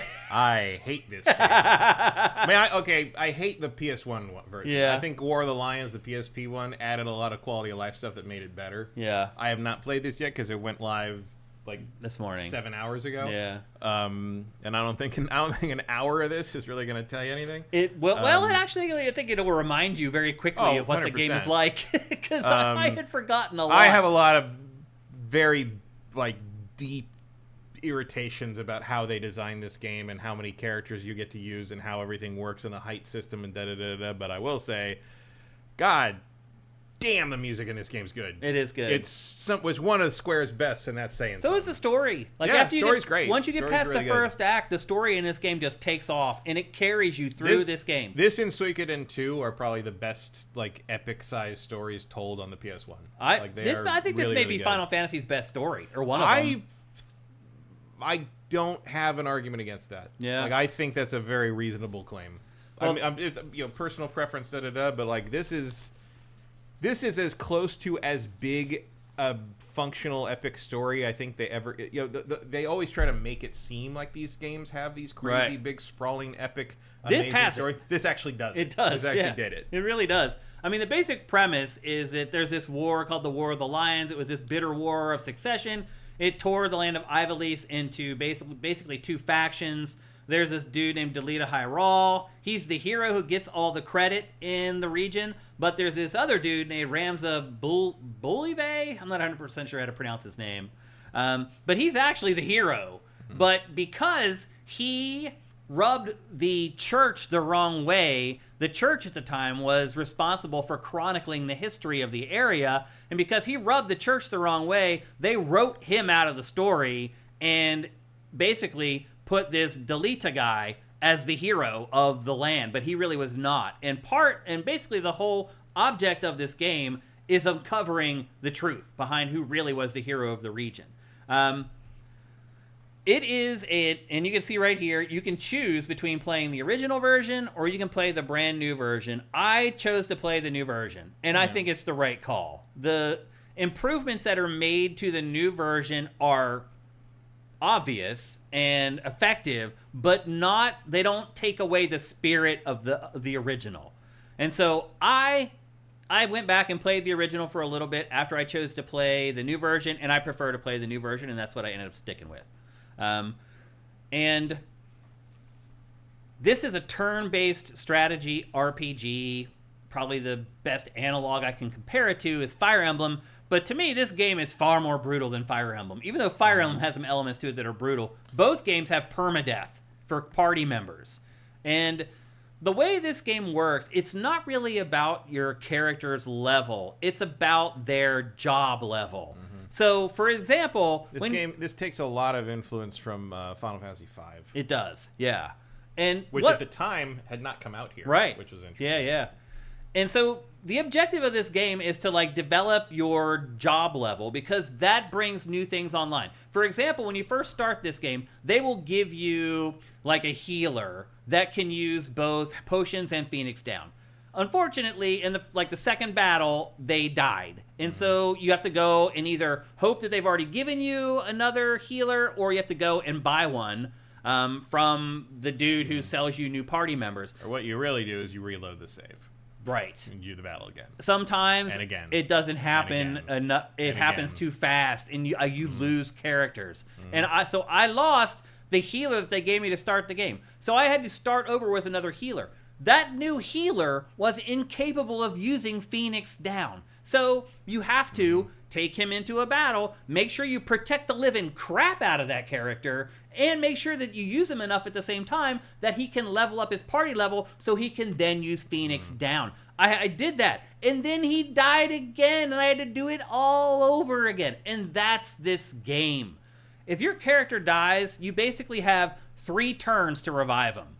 When they die, they'll have 3 hearts above their head, and each turn a heart goes away. And when all 3 hearts are gone, they turn into a crystal, where you can get some of their whatever back from them dying. You'll never get the character back. The same thing happens to the enemies that you kill in this game. They also die, and they have 3 hearts, and if they don't get revived, and they will revive each other, but if they don't get revived within 3 turns, they will either turn into a gem or a chest. You hope it's a chest, because then you get good stuff. But sometimes it's just a gem and you get resources or whatever. And that's kind of how the game works. There's a big map screen that you go to, and there's random encounters in between the locations on the map.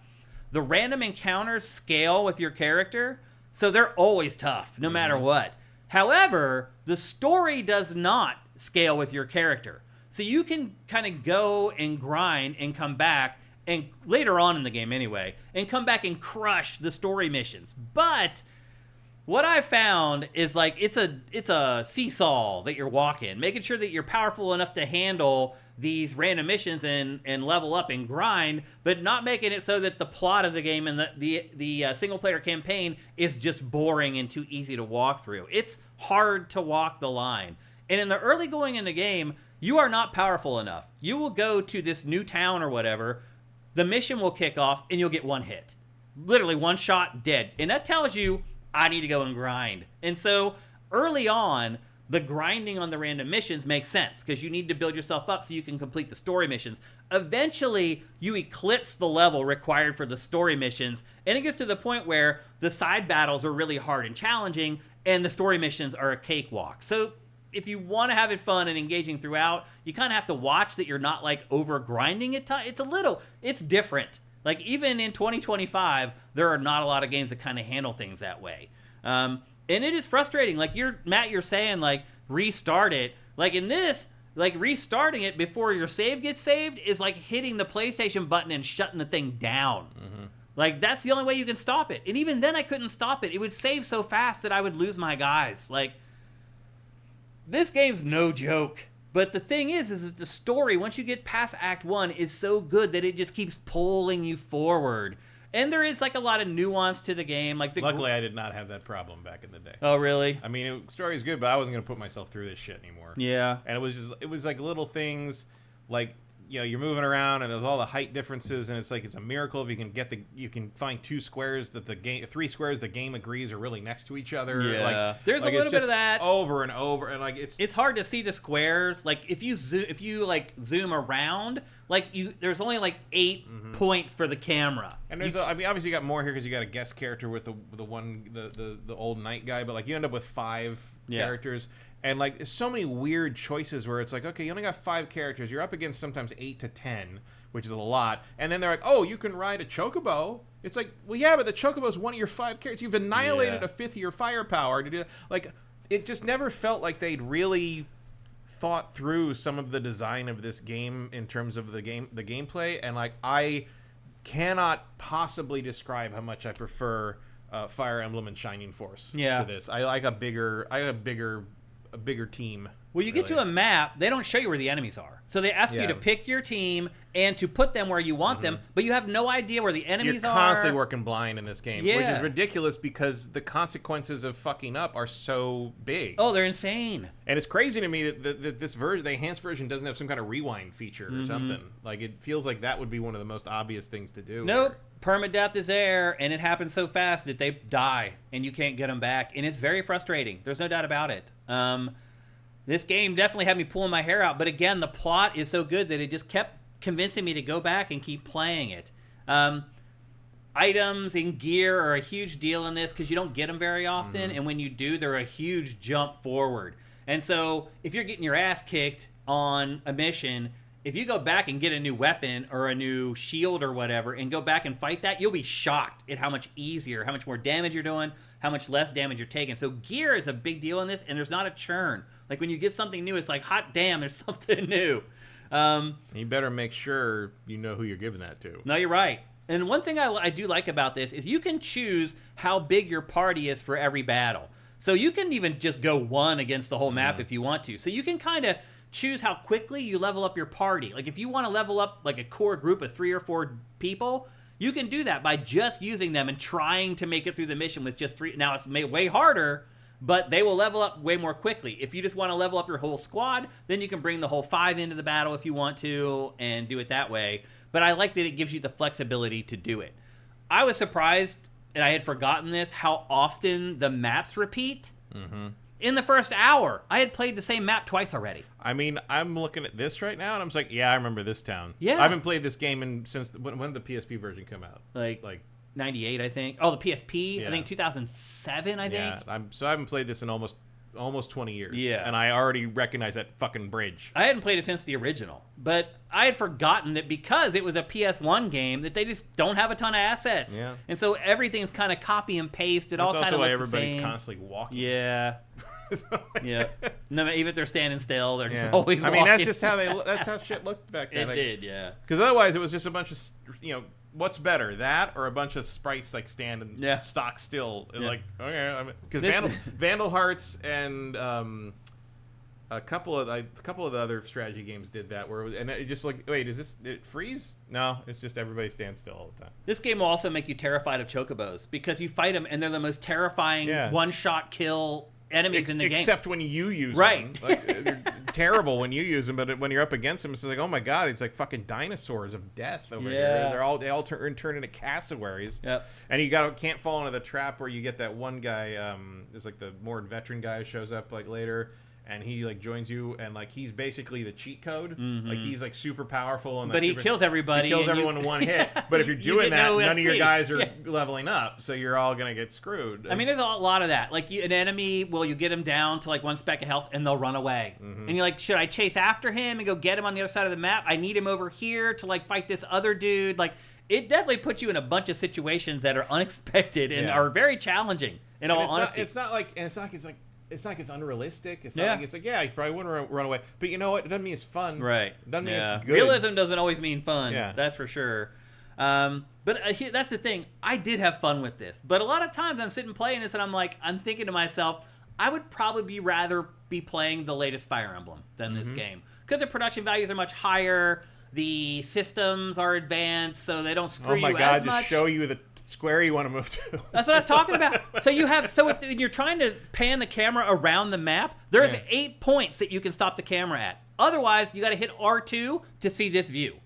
And so you're just constantly panning around. There's no transparencies, so you can see through buildings to see where the places are. Like they could have done a lot more to make this. I'm shocked that they didn't free the camera up for that. Like for this, it's still 8 points of articulation. You can't just put it exactly where you want it. I was shocked by. I mean, I felt that way when I played the remasters they did of Soul Reaver earlier this year. Yeah, and it was like, oh, the camera still just moves in increments of okay, all right.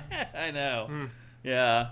And then so when you're at the map screen, they have the locations that you can go to where the story moves forward and there's a mission for you to play. But there's also, at each location, there's like 3 different things at that location. There's a bar that you can go to where you learn rumors that fill in like holes in the plot that aren't explained in the cinematics. There's a place where you can go to buy gear. And then there's a place where you go to buy new party members or change the names of your existing party members. So that's what you do kind of at each location, the 3 different things that you can do. And that's pretty much it. You can burn, some people would say waste, a lot of time playing this game and just having to start it over. Each board takes forever. Because, again, they'll run away from you when you get them down. And, like, it feels like every mission takes, like, 30 minutes. And at the end of it, it could all go to hell and you have to do it all over again. There's no, like, fast forward or... There's fast forward. So you can fast forward through the enemy's attacks and all that. So that cuts out some of the time. But it still just takes forever to finish each mission. And at the end, you could lose one character. And you're like, I can't afford to lose him. I got to start all over again. If you're lucky enough to turn the console off before it saves. So... It's crazy to think that a lot of people still consider this like one of the greatest games ever. Like, I feel like maybe they just haven't played it in a long time. It's good, they but played it at the right time. Yeah. I mean, I saw a thing. It was an old study, but basically they were asking tons of people about when was the best music, when were the best movies, when were the best, when was the world at peace, when was the culture the best, when was food the best, da da da da. And it came around. They compared everything, and they figured, okay, this was this, and most people said this decade. They were going by decade, and they're trying to figure out like what is it, and they finally cracked the code. Guess what? Guess when the best of everything was? When you're 12 years old. When you were 11. Yep. Exactly. You think everything's awesome. You're naive still. It all depended on when you were born. Yeah. Exactly. As everyone. It all the peak of everything was when each like group of people was 11. Yeah. And so, if you played this around that right time, you were 11 or 12.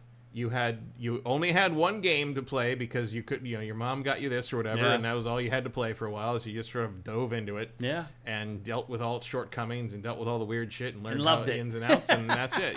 That's how it is. Yeah, I got plenty of stuff on the Apple IIe that I'm sure anyone today would find like it would be like trying unplayable. It'd be like trying to read another language. Yeah. But like I played that Wasteland game for 1,000 hours. Yeah. Like and over and over and over again. Yeah. And I tried to go back to that game, and nope. Whatever in my brain made that like a wonderful flight of imagination on the Apple IIe in 1986. It's gone. Yep. So this is your level up screen. If you look on the left there. So your equipment and abilities, that's obvious. That's where you go to equip new stuff as you buy it at the store, you get it. The second one is job, and that's where you use the job XP that you earn in battle to upgrade your abilities, like I was talking about earlier, to add the ability to use a Phoenix down to your healer or whatever. And then the bottom is combat sets. You take the feather and you hit the guy with it. Dumbass. Seriously. I mean, it's a joke, honestly. It's like how I drink potion. Yeah. I don't know. I have to learn. And then combat sets let you set up different loadouts for your character depending on the situation. And that's pretty much the extent of it. I mean, I guess that's pretty standard RPG stuff where it's like, well, you're not advanced enough to learn how to put this hat on. Yeah. It is ridiculous. But that's the way it is. So anyway... Oh, and then I just remembered looking at because he's got the Aquarius symbol up there. Right. Everyone's got a Zodiac because there was a whole Zodiac thing. I forgot. Yeah. There's a lot of depth to this, and as you start playing, like it starts to become more obvious. But there's also a lot of tedium, a lot of repeating the same thing over and over again. This map right here, I feel like I've played it like 50 times. Yep. I remember this one. Literally, it's like, again, I realize the over. PS1, but it's like you're not playing this on PS1 anymore. Like, give me some more freaking map layouts. Oh, and this is one of the maps that only lets you use 4 guys. Right. So, and they control. But they're going to throw like 6 of them. Yeah. At you. It's like, and you won't know where they are until it starts. You don't know where anyone is. And sometimes it starts, and they're standing right next to your like magic caster, who's like so weak, and they hit him once and they die. Like. And some of these maps, you go into it, you get one shot, and before you can scramble to like hit the PlayStation button in your controller, it's saved, and that person is gone. So there's no hard saves. Yeah, you can hard save. Okay. Yeah, and I'd recommend hard saving a lot. Seriously, like use all those save slots as much as you can. Here's a decision that I had to make, where I had to choose whether to save a hostage first or fight the people who are keeping him hostage first. And then I was like, well, if we kill the people who are holding him hostage, everybody wins. But no. Oh my God, you're going to stand by and watch them as they kill an innocent? Like, it's hard to read. Like, motherfucker, I can only move 4 squares. You know, Seriously. You understand me? You go rescue him. I'm going to stand here and try not to get killed by the 4 guys who just came out of nowhere. Exactly. Yep. So anyway. They have a dog the size of a fucking Buick. What are you talking about? I had fun with this, but I also had about as much frustration as I had fun. And I think as long as you know that going in, it's a good strategy RPG with some very dire consequences for things that aren't even really mistakes. It's just like the game doesn't give you a chance and people just die. lot of the choices made in this game I just don't agree with on a regular basis. I just don't like this take on turn-based strategy. Nightwing says, "Can you recruit Cloud?" I have not recruited Cloud yet. Yeah, you can. You can. It's a complicated, annoying process, but you can do it. Everything that was in the PS1 version is in this. The big shortcoming of this really is that it doesn't incorporate the changes and improvements from War of the Lions, which added some content, it added some stuff, and it doesn't have that version of the game in this, which is weird because to me, the enhanced version here that incorporates all the extra stuff from War of the Lions would be the definitive version of Final Fantasy Tactics. And they just didn't do that for some reason. That's strange to me. But it's strange to me in the same way that it's weird that like the Persona 3 remake didn't include the Persona 3 Portable and Fez stuff. It's like, well, it's not really the definitive version of this then, is it? Commander Fez says, I love this game as a kid, played the entire thing with my brothers. I think a lot of people did. That's the other thing. Back then, like, this game goes on forever. Like, you will get a lot of value. I also would say, it was a great game. If you only had, like, 1 or 2 games, this was a good one to have because it would last you for your entire fucking childhood. Also a great handheld game. So it's a really good release for Switch as well because it's turn-based, so you can just turn it off and off you go. Eric Cartmenes says, you can corrupt the save file if you keep turning off the system. I didn't know that. No, he said, can you? Oh, I don't know. He's asking. I mean, I did it a bunch of times. That would be pretty hard. Modern games, that doesn't really happen much. Yeah. I think that would be pretty hard to do. Yeah. Nightwing says, can you lose your items if you don't revive your teammates? So when they die, there will be like that crystal there, and you get some of the resources that they had, but you don't get like their weapons and stuff back. Yeah, all the stuff they had is usually gone. It sucks, man. It's you get brutal. You get one ability back, or get to learn an ability, from, or you can refill your hit points and magic points. That's right. Yeah, that's accurate. Any other questions about? And you this get one? the same thing from enemies you kill if they turn into crystals. No revives would be a rough way to play this. Yeah, no, that's from Tekken Master. Now, obviously, as you play, your magic caster, your white mage or whatever, will get an ability to heal and also to revive from afar or whatever. But in the early going, like, if your healer dies, you have to keep leveling that healer back up so he can use the Phoenix down again and keep leveling him up so he can eventually turn into a white mage. So, yeah, it's all a part of the process. Yeah, as I recall, once you get some of these guys up to, like, a decent speed, it becomes a much smoother game. The game, if I remember, but early on, it is rough. Brutal. There was one early mission that I played, I think, 10 times, and I was like, what the hell? This seems insane. Then I went and Googled it, and everybody was like, oh my God, this is the most insane thing to put at the beginning of a game. So I was not alone. Erebus says, I love strategy games, but never played this. Fire Emblem leaves me cold because of all the incessant, never-ending talking and faffing, keeping me out of the fun bit, the battles. Is this game the same? There are long dialogue. It is, but I will say that this game's story and faffing about is not as vapid as Fire Emblem. Yeah, I'd agree with that. Much as I like Fire Emblem more as a game, Fire Emblem is like trying to suffer through a mediocre anime series. This is like reading a book. The writing in this is also way better. Yeah, and it's a fixed translation, so it doesn't have all the weird shit. Right. Which again was kind of charming to some degree, but at least like the spell call-outs make sense now. Right. Yeah. This is probably the best written turn-based strategy game of all time. I think you're right. Yeah. Certainly in terms of like from Japan. Even the writing quality, not just the story. The quality of the writing, line by line, I hear is really good. Even as a Fire Emblem fan, I hear what you're saying about all. It is just endless shonen nonsense. Yeah, this is not that. Definitely not. This is Game of Thrones. It really is kind of like Game. It's written like that too, with the same language. If anyone had heard of Game of Thrones when this came out, because I think Game of Thrones, the first book was like 1 year later. Oh, really? Because the first book was 98, I think. This was 98, I think. I think it was 90. Yeah, it was 98. You're right. Yeah. So, if anyone knew about Game of Thrones then. They'd have been like... There would have been comparisons made, for sure. It's definitely way more that than Fire Emblem, without a doubt. Yeah. Well, anyway, there you go. That's Final Fantasy Tactics. It's available for PC, PlayStation 4, PlayStation 5, Xbox Series, and Switch. And it's hard for me to say whether I would recommend it to people. I would just say listen to what I just told you, and if that sounds appealing or not appealing, make your decision based on that. And I think if you love this game already... There you go. Yeah, you're going to love it. This is the best version ever. If you've ever. never played this before, you're probably just going to get mad at it. You're going to be surprised how tough it is, for sure. And I would say, if you've never played them before, I think the Game Boy Advance Final Fantasy Tactics are better. Yeah. The one thing I will add to that is this is the beginning of Ivalice, that the world that like Final Fantasy 12 took place in, and the Final Fantasy Tactics Advance stuff, and the online game, Final Fantasy 14 is in Ivalice. I think that's the coolest Final Fantasy setting. Yeah. I like it the most, even though I hate this game.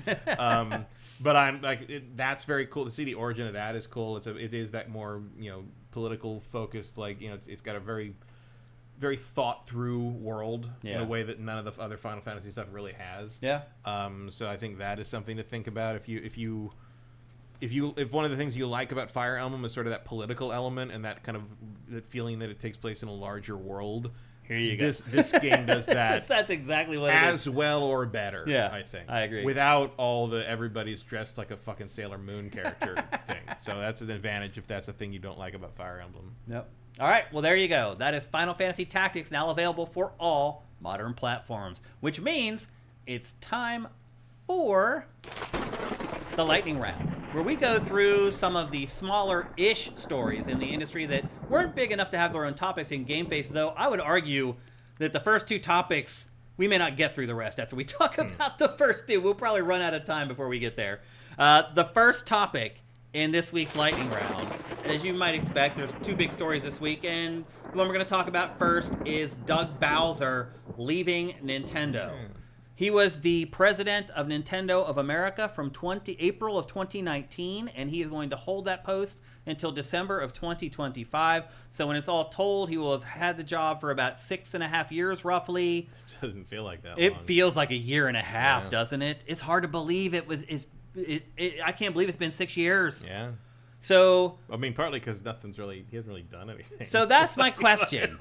What are you going to remember the Doug Bowser era for, other than the fact that he had the name Bowser? Literally, his name is Bowser. That's it. But truth be told, he was the leader of Nintendo of America through the Switch cycle, which means he had a lot of success. Yeah. But it wasn't the success you expect from Nintendo, where there was other than the Switch being innovative. Yeah, it never felt like he was really making a lot of key choices. Right. It was just that shaped the direction of Nintendo. Yeah, he's just sort of holding the ship steady. Yeah. On this side of the pond. If you think about, he took Reggie's job, and you compare Reggie to Doug, it's night and day. But I think Reggie was a big personality. Right, and it was about Reggie. Yeah. Doug Bowser, it was about Nintendo and Nintendo's games. So it was a different sort of managerial philosophy. That's not who he was. Yeah. Like Reggie could do that. Reggie could pull that off. Reggie had the personality to be that. Gregarious. Not everyone in an executive role has that, and not everyone in an executive role needs to be that. And I don't know if it's better, honestly, to be that way. I don't know. I mean, I think Reggie was the right man for the job at that time. Yeah. Like he was 100%. I mean, Nintendo desperately needed him to come out on that stage in 2004 and say that we are about kicking ass and taking names. Yeah. And and that his body was ready. Yeah. Like that is exactly what Nintendo needed through that period. Coming off the GameCube, Nintendo was vulnerable. Yeah. And they needed someone to step out in front of the public and say, like, hey, this isn't the same old Nintendo. We're not going to sit back and take this. We're going to be aggressive. So you're right. He was the right person for the right time. And I think Doug Bowser was probably the right guy for Switch. Probably. It was they needed a steady ship for Switch because the product was selling itself. You just couldn't screw up. And when you have somebody like Reggie who's going out doing tons of crazy interviews, saying crazy stuff off the cuff, there's a chance that you can screw up. And Doug was just like, nope, I'm going to sit back and just let this ride happen. And it did happen. Yeah. So you're right. I don't think he'll be remembered for much because nothing iconic happened or nothing crazy or nothing really bad even happened. Yeah, no, I mean, he also didn't have any Wii Music moments. Yeah, I mean, it was just a steady ship of money making. That's pretty much what Doug Bowser was. So the new replacement for him is a girl named Devin Pritchford. She has been at Nintendo for like 19 or 20 years at this point. She's going to be a great replacement. She's already kind of been shepherded into that role. Like, if you go back and look at footage from when they opened the Nintendo store in San Francisco, she was there. She was the one doing the presentation. She was the one holding the mic. And, like, if I had been there at that time, I wouldn't even have known who she was. And now you can start to see that they're already prepping her for her new role. So, congratulations to Doug Bowser. Honestly, he did a great job. Nintendo made more money than you can fathom under his leadership. You can't argue with his tenure. Do you think he was fired, or do you think he's leaving on his own accord? I think it's his own choice. Because there are Switch 2 units sitting on store shelves everywhere right now. You know, that ain't his fault. Yeah, it's not. But a lot of times you're the person that's blamed. It's not just in America. Yeah, I know. So yeah, it's I'm sure he's leaving on his own terms. It's tariffs and all the other crap that's going on. So anyway, he's only 60. He's not even really ready to retire yet. But I'm sure he's made more money than he'll ever be able to spend. So, Doug Bowser, congratulations on an amazing career. He may end up popping up somewhere else. He might go somewhere else. Who knows? But and that'll really make me wonder if it was his choice to leave. I think it's his choice. I agree. I think you're right. But I'm leaving the door open that it wasn't. What else is there to do? What do you mean? At Nintendo, I mean... Well, Switch 2 isn't... I mean, it started out well. He launched Switch 2, and now you just kind of hold it steady until the next system, which could be 10 years from now. Yeah. So I get that he might want to move on to something a little more immediate, and maybe something that he has a little more control over, because I can't imagine that Nintendo Japan lets him have a lot of free reign. I can't imagine working at Nintendo of America as an executive is all that enriching, because you can't make the decisions.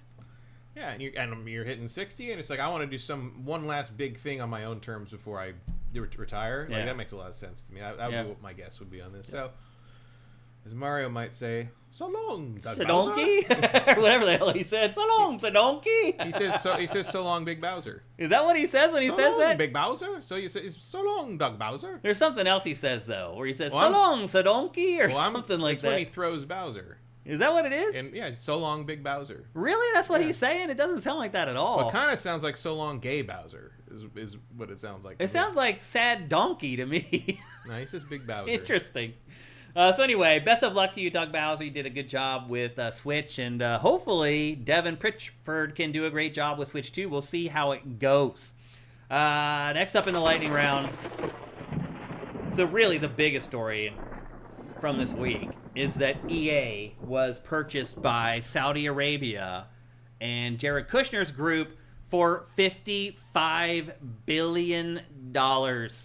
This will make a little more than EA was worth. This will make EA a private company, and so the stockholders will all be paid out, and no one will ever be able to buy EA stock ever again, unless they decide to take it public again someday. Spoilers, EA is not going to be around long enough for that. Yeah. This is a leveraged buyout, the same thing that killed Toys R Us, same thing. Because the thing is, the $20 billion of loan debt that they're taking on to have made this purchase is all going to be assigned to EA as part of the company. No human being is going to lose any money on this. They're just going to put the company $20 billion underwater, which it will never be able to dig itself out of, and eventually that will all come due, and the whole thing will collapse like a flan in a cupboard. Exactly what happened to Toys R Us, exactly what happened to Circuit City, exactly what happened to KB Toys. Like Bain Capital, Mitt Romney's company, does that to companies all the time. It should be illegal, but it is not, because the people who would have to make it illegal are the people who do make it all the money off of it. They're the ones who do it. Yeah. So the shareholders get paid out. The people buying the company got paid out already, basically. A lot of oil money has been made into cash,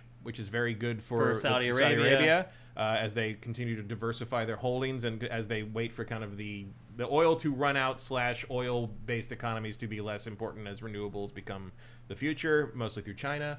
And I would say that in the end, you're not going to be able to sustain this. Like, it's because Pachter says they will owe $1 billion a year in interest. And will never take anything off the principal. No. Spending $1 billion a year. They will never dig themselves They'll out. never dig out. It's impossible. The other concern that everybody has... That's the problem has with that, the leverage buyout thing. That's literally what this is. Like, it's crazy. I mean, EA will not be around in 4 to 5 years. It may be that fast. They will probably... Because that's the thing. It's like, you're dealing with... I mean, obviously they're interested. They may also be interested in having control of the FIFA franchise, because I bet they could get the FIFA license back now. Oh, yeah. If they wanted to. They may be interested in having control of that franchise when the World Cup is in Saudi Arabia in I think it's 2034 is when that happens. So this might be preparing that. There might be somebody in that kind of world that is interested in sort of being part of this business legitimately. But it feels kind of weird that anyone with that kind of money to throw around would want to spend the time and effort to shepherd a struggling mega corporation through a creative art like medium as it tries to reinvent and rebirth itself, as opposed to sort of like, we made our money and we'll just let this thing sort of zombie its way down until it rots to the point that we can let it go. But everybody's going to make money on this except the people who work at EA. Yeah, and they're all going to lose their jobs. And then the other question becomes, culturally, Saudi Arabia, I mean, first of all, this is insane how Saudi Arabia has been whitewashed. To me, Saudi Arabia is the country behind 9/11. Like, that's how I look at Saudi Arabia. They are not our friends. They're not people we should be doing business with. I mean, we have forever. Oh, I know. I get it, because they have oil. Yeah. But it's unconscionable to me that all these people are just bending over and just selling out to Saudi Arabia. Like, I get it. It's money, and it's a money deal, and blah, blah, blah. They hear you from up on top of their stacks of cash. Oh, yeah, exactly. But they don't particularly care. They've been doing it with sports, trying to whitewash themselves. Well, they're doing that with that comedy show now. Right. Like, there's some people involved in that comedy show that I am stunned. Agreed. They'll take the money, I can't believe Bill Burr. Look at all the golfers that went to their crappy golf league. People have no morals anymore, Matt. None. It is... We are morally bankrupt. It is sad, man. Like, it is really sad what has happened to our country. Like, people don't care about anything anymore. Some just of it, money. Well, and also some of it is some of these people just literally don't know anything about that country. How could you not know about Saudi Arabia? I don't know. How could you not know about anything these days? Think about all the things people don't know that they vote for anyway, or they think is something anyway. Like, you cannot keep allowing yourself to be surprised by how ignorant people are. Yeah. It's simply how it is, I guess. But so now the concern is you have games like Mass Effect that might explore certain themes that Saudi Arabia may not be happy with. Of course, EA, like every company that is bought or does business with Saudi Arabia, always says, oh, they're not going to do anything. They're not going to affect anything. It's not going to... They always say that. Well, the good news is that Mass Effect game's never coming out. Yeah, now I think the next Mass Effect is probably going to be canceled. I would think so. I mean, I don't think it'll be canceled, but I think it will just won't be done before EA goes away. Yeah. Then what happens to all EA's properties? My guess would be that eventually EA gets sold off as a brand with its IPs to Microsoft. Yeah, because it's the only company that can afford to buy all that. Yeah, well, not even afford, but also has the interest and the ties to it already. That would make the most sense, because I don't think you're going to have an Interplay style like IP sale the way because they needed money to cover their bankruptcy costs. Yeah, that's not going to be an issue with this. So you can basically just sell the EA brand basically as a logo with a vault behind it, and whoever gets it gets it. And I can't imagine Sony would care, and certainly Nintendo has no interest in having to deal with that shit. So who's left? Microsoft. It makes sense. I can absolutely see Microsoft sort of taking that on and sort of picking and choosing what they want to redo or whatever, or just slapping the EA brand on their sports games from now on, and that's that. Yeah, that's the end of EA. Yeah, it's crazy. This came out of nowhere. I mean, this happened in like the span. I mean, they've been working on it behind the scenes, but it was a very rapid. Nobody thing. caught wind of it until it almost was done. That's what happens when you don't have a Federal Trade Commission you got to answer to, because it's all. That's the other money. thing. Like, this is gonna just blow through all regulations because the president's son-in-law is involved in the deal, and so there's gonna be no real looking at this deal. It's just gonna go right on through. It's gonna sail on through. Yep. It's just. Oh yeah. Corrupt. And I think you'll see over the course of the next few years, you're going to see them cut down teams to almost nothing. They're going to try to use AI to make this stuff as much as possible. You're going to see, like weird attempts at AAA games made with LLMs and like teams of like 5 to 10 people. It's going to be a skeleton. I mean, honestly, AI is going to be used for everything. Oh yeah, absolutely. and because that's the only way they're going to be able to get costs down to the point that they can almost pretend that they're paying any of this off properly. Yeah. And I don't think that's even going to work. Honestly, my main takeaway in terms of like planning for the future on this would be like, I hope Vince has an exit strategy for his Respawn people, because they're going to need you're going to need to land somewhere. Yeah. Because, you know, not to be super biased about it, because I do know Vince in real life, but like they're by far my favorite, you know, group of people working for EA right now, and I would like to continue playing games that they make. And I hope they get out, you know, financially and businessly alive. Yeah, you know what I mean. The crazy part too. There's not that there's a real lethal threat there. I just mean like I'd like to see those guys stay together as teams. Yeah. The crazy part too is that it's like, you know, people may say, "Oh, that was Shane. That was 2001 with Saudi Arabia and 9/11." Well, how long ago was it where they murdered the journalist from the Washington Post? That wasn't that long ago. Like, it's crazy to me that people are willing to work with these people. I don't care how much money is involved. Also, as Bill Hicks says, "Oh, it was a long time ago." Well, then don't bring up Jesus to me. Right. As long as we're talking shelf life. Right. Yeah. Here. Like we make huge decisions and huge policy choices and huge personal choices based on things that happened 2,000 years ago all the time. Right. So why does 20 years make it a difference? So I don't. That's not a compelling argument for that to me. I can't say that I'll be sad if EA goes away. I mean, I will be on some level, but more for like what EA was to me when I was like in my teens. It's more like just 20s. one of those constant presences in the industry. Not for what it's done the last 20 years, which is basically chop away all the franchises I liked. Right. I mean, I was saying that the only possible silver lining is basically maybe at some point some of these IPs they've been sitting on for literally decades get new entries at some point in the future. Yeah. But really, the big problem is that, you know, hundreds of people are going to lose their jobs, and there's not going to be a replacement. You know, those jobs are just going to go away. Yeah. They're not going to be anything else. They're not going to hire They're not going to hire new people to replace them. It's just, you know, we're just going to lose hundreds more, maybe thousands more jobs. Oh, it's thousands in the game industry, and they're not going to be replaced by anything. And that's going to be thousands of people that can't work in games anymore. Yeah, that's true. Unless they decide to go into business for themselves, which is an extreme financial risk in and of itself. Yep. So, as I know all too well. Yeah, true. It is a terrible outcome. It is.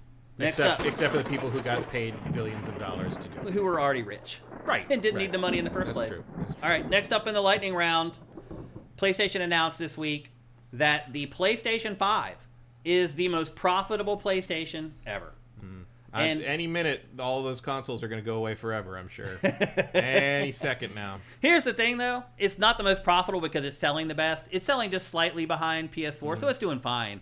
The reason it's the most profitable ever is because of games like Fortnite and Roblox, where PlayStation is making 30% of every dollar that is spent inside those games. Here's the thing, though. Epic already went after Apple and got Apple's cut removed, which to me is just fucking insane. That whole case, I still don't understand how Epic won that case.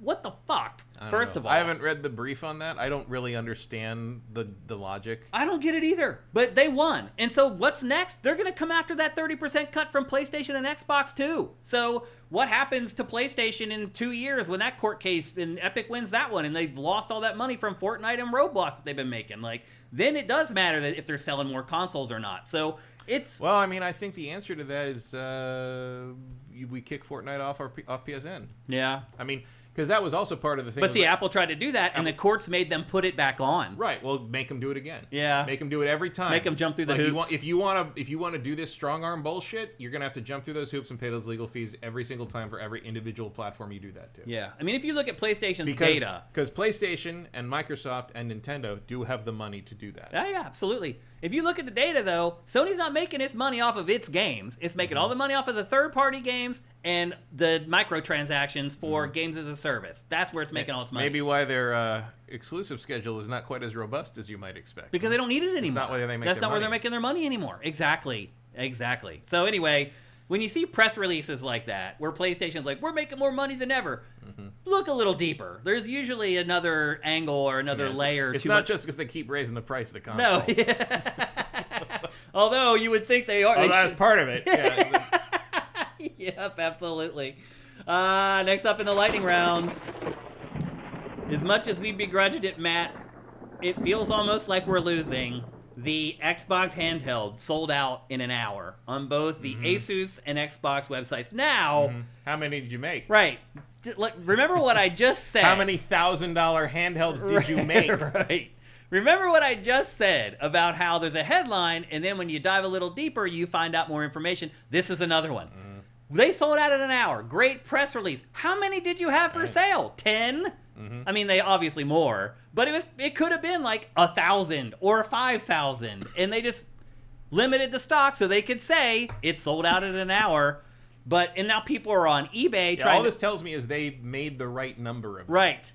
Exactly. People are on eBay trying to flip them for 2 G's, no bids. No. So that's the thing. If you're ever trying to figure out what's really going on, go to eBay. eBay is the best determinant of a product's Just go demand. to eBay, search for it, click completed listings, Completed. and see what things are actually selling for. And that's when I knew that demand for Switch 2 was starting to get soft. Like, you could see it on eBay. When they started selling for retail price, people don't want them anymore. And now, Well, also because a month later, you can just go get them. right, now a month later, there's stacks of them on store shelves. So eBay is a good indicator of what's really going on in the market. And if you look at that, this is not doing very well. But it did allow Microsoft to put out its press release saying it sold out in an hour, blah, blah, blah. And surely that will help with some demand. Swan Senpai says there were 100 allocated to our toy store chains, and they sold out in minutes. Yeah. Baffling. I mean, it's 100. That's not hardly any at all. Yeah. It's also $100,000. That's true, actually. Holy crap, that's crazy to think about. So anyway, Microsoft would have you believe that this handheld is launched with a massive success. Reality is probably somewhere in the middle there. But I will admit, Matt, I was surprised to read at all that it sold out. Yeah, I mean, are there scalpers going for this? Yeah, I of mean, course, obviously, yeah. like, I just said they're trying to sell them on eBay for 2 G's. But how many what percentage of the purchases? I don't know. But if I were doing scalping, I don't think I would take a risk on it. Hell no. I mean, I ended up with an extra Switch and almost couldn't sell it and get my money back. So there's no way I would do this. Like, you definitely taking a risk of losing your ass on trying to flip one of these. But bottom line is, it's definitely doing better out of the gate than I thought. Even if they had 1,000, I didn't think the 1,000 would sell out, Matt. I think it is all scalpers probably, but still, I am shocked at how well this thing has done. So Xbox Rogue Ally handheld off to an auspicious start, but we'll see when the real data comes out, when Circana, old NPD, finally gives us some hardware information on this. But yeah, I think right now we're probably seeing a little bit of subterfuge with the sales of the Xbox Rogue Ally handheld. So They're not particularly usal data at this point. No, we'll wait until we get real sales data. But in the meantime, check it on eBay. It's probably a good thing to do in the interim. All right. Well, that is going to do it for the lightning round for this week's episode of GameFace, which means that there is just one thing left to do.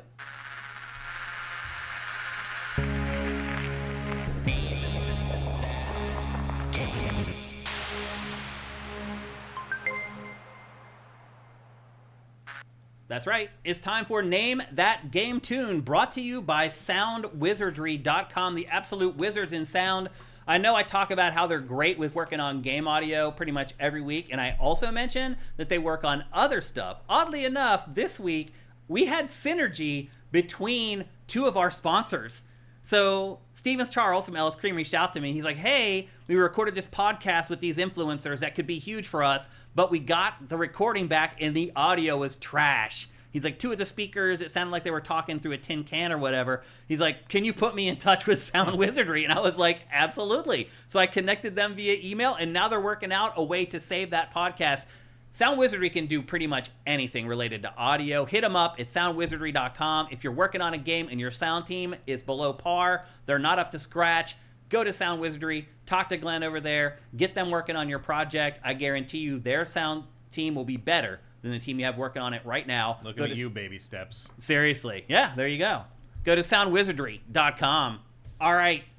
Name That Game Tune is this game we play where I play 5 samples from a game, and you try to guess the name of the game before Matt, right here. So unfortunately, YouTube crew, you can only play over on twitch.tv/Sifted Games. So YouTube crew, thank you again for your awesome contributions and your super chats and everything.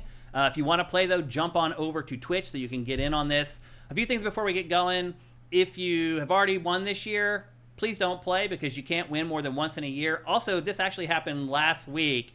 The person that won does not play PC games. So he guessed Body Harvest, and then he messaged me, and he's like, actually, I don't need the code. I don't play. So I say this every time. If you don't play PC games, don't play. That was 2 weeks ago. Yeah. Was it 2 weeks ago? Yeah, because I won. You won last week, right?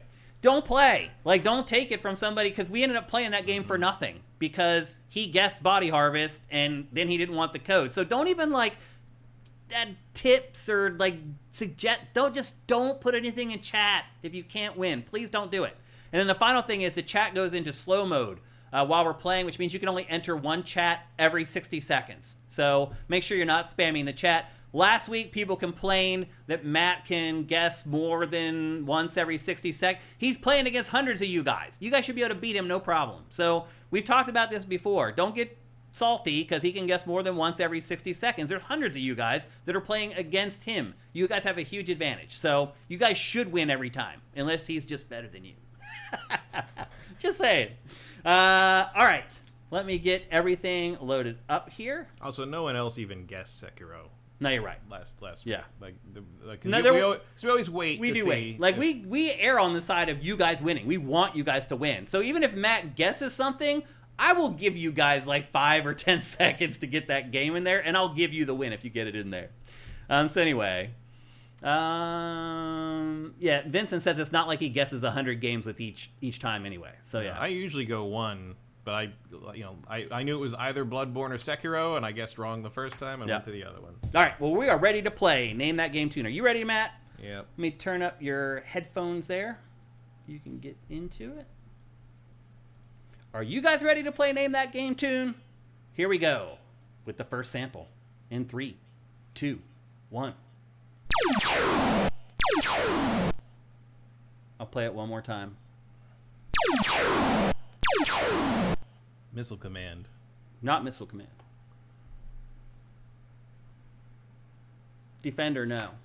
I already did Defender. What do you mean? A few weeks ago. Yeah. Space Invaders, no. Galaga, no. Blaster Master, no. Robotron, no. The Last of Us, no. Berserk. Yes! Damn you, Matt. You're too good at this, man. Yes, it is Berserk. Not Tempest, not Centipede. See if it comes in here the next guess or two. Nope. Dang, you're too good, Matt. Not Space Invaders or Asteroids. It is Berserk. Dang, you're too good, Kyle. Here's sample 2. Destroy it. Oh, yeah. I don't know if that would have given it away. There's only one thing that has that voice in it. Oh, Destroy well, 2 it. things. Frenzy, the sequel to Berserk. Yeah. Here's the third one. Coins detected in pocket. Here's the fourth one. Delta intruder. And that intruder. And here's the last one.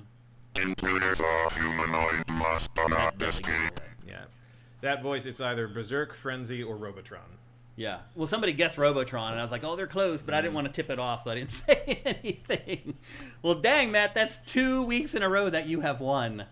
I need to maybe get away from the arcade games. I think you're just too classic good at arcade games, those are burned into my brain pretty hard. But it's like it's like as time goes on, it gets harder to come up with games that are good. Like, because I try to stay away from sequels because it's like Uncharted 3 versus Uncharted 4. You can't really do that. But it's hard. Like, I mean, as soon as I hear it, I had to narrow it down because when I heard that sound, I know what board that's from. Yeah. You know, like the early 80s arcade stuff. Sometimes I'll just get, I didn't get Joust because it was just everything. The Atari games all kind of have a sound. They do have a similar sound for sure. But also there's a the downside for like some, because a lot of people guessing NES games that I'm like, this is older than that. Way older than that. Like, nothing on the NES sounded like that. I like to try to give an advantage to people who have been into games for a long time. Yeah. Unfortunately, that caters to this guy. Yeah. I would say, this is also an area that I'm good at, but I think 16-bit stuff is a fertile area. That's probably where I'm going to shift next. Because you're kind of like the Genesis sound chip. Everything kind of sounds the Genesis sound chip. You're going to have to know the game to know what it's from, unless you're picking some kind of very specific Yuzo Koshiro soundtrack thing. Or even Super Nintendo has sort of a vibe to it because of how the sound chips work. Yeah. Someone who's been in this long enough can tell you what sound chip any sound makes, kind of off the top. I guarantee Glenn at Soundwizardry.com can. Oh, yeah. Absolutely. Oh, yeah. Well, folks, that's going to do it for GameFace episode 452. As always, thanks to everybody on Twitch and on YouTube who make the show better every single week. We appreciate you guys showing up live. We're here every Tuesday at 1 p.m. Pacific, 4 p.m. Eastern at twitch.tv/SiftedGames and youtube.com/SiftedGames. Show up live. You may win a free PC game if you win Name That Game Tune, although it's you're turning into a juggernaut over there. We are supported pretty much 100% at patreon.com/sifted. That's SIFTD. For just $5 a month, you get all our content early. There are other tiers there, higher tiers. There's an Ask Shane tier. There's a tier for $30 a month, and you're seeing those people scrolling down below us right now. As I mentioned last week, that scroll down below us right now is the shortest that it's ever been. So if you can feel generous and maybe you're affluent and you're doing well financially, if you wouldn't mind pledging at that $30 tier, your name can scroll at the bottom of GameFace every single week. We'd appreciate it very much. But we appreciate if you do anything. Even $1 a month is a huge help, and we'd appreciate that very much. And of course, if you can't even afford $1, you can help us out with Twitch Prime. We talk about it every week on the show. If you're watching on YouTube, please go down below and learn how to do that in the description if you haven't done it already. If you have connected your accounts already, here's a friendly reminder to go to twitch.tv/SiftedGames and give us your sub again. That would be awesome. We really rely on that money. It's not just extra money. We really need it to keep our operations going, so we'd appreciate it. And if you don't have any money at all, that's totally cool. Earlier, someone in chat mentioned that they went to Apple Podcasts and reviewed the show, and we gave them a lot of love for that because we appreciate it very much. That makes a big, big difference for us. I know it doesn't seem like it if you're just the person listening to the podcast, but it really does. Reviewing the show anywhere, leaving comments, liking the show, all that stuff feeds into algorithms that could send our show into the stratosphere. So I don't even have to ask you guys for Twitch Prime again. Wouldn't that be awesome? That would really be awesome, actually. I would love that. Because that's a pain in the butt, man. You got to realize, for every episode of Pactor Factor, I have to create a scroll that runs on the bottom of the episode with your names in it. That's a lot of work to do for every episode. I would love to not have to do that again, but the only way that's going to happen is if a bunch of you guys head on over to patreon.com/sifted and give us a pledge, and that would be sweet. So let's see. Next week, Matt, we have Ghost of Yote. Mm-hmm. We have Call of Duty Black Ops 7 multiplayer. Is there anything else for next week? Hades 2. Look. And then also we'll have our latest episode of Dossier going up real soon. Sorry about that. Going up real soon over at sifted.net and our Patreon. And that will really kind of map out just how insane October is going to be for game releases. We have tons of awesome shows coming up here on GameFace. We hope that you will join us for the ride. So have yourselves a great week filled with great games. GameFace is up and out.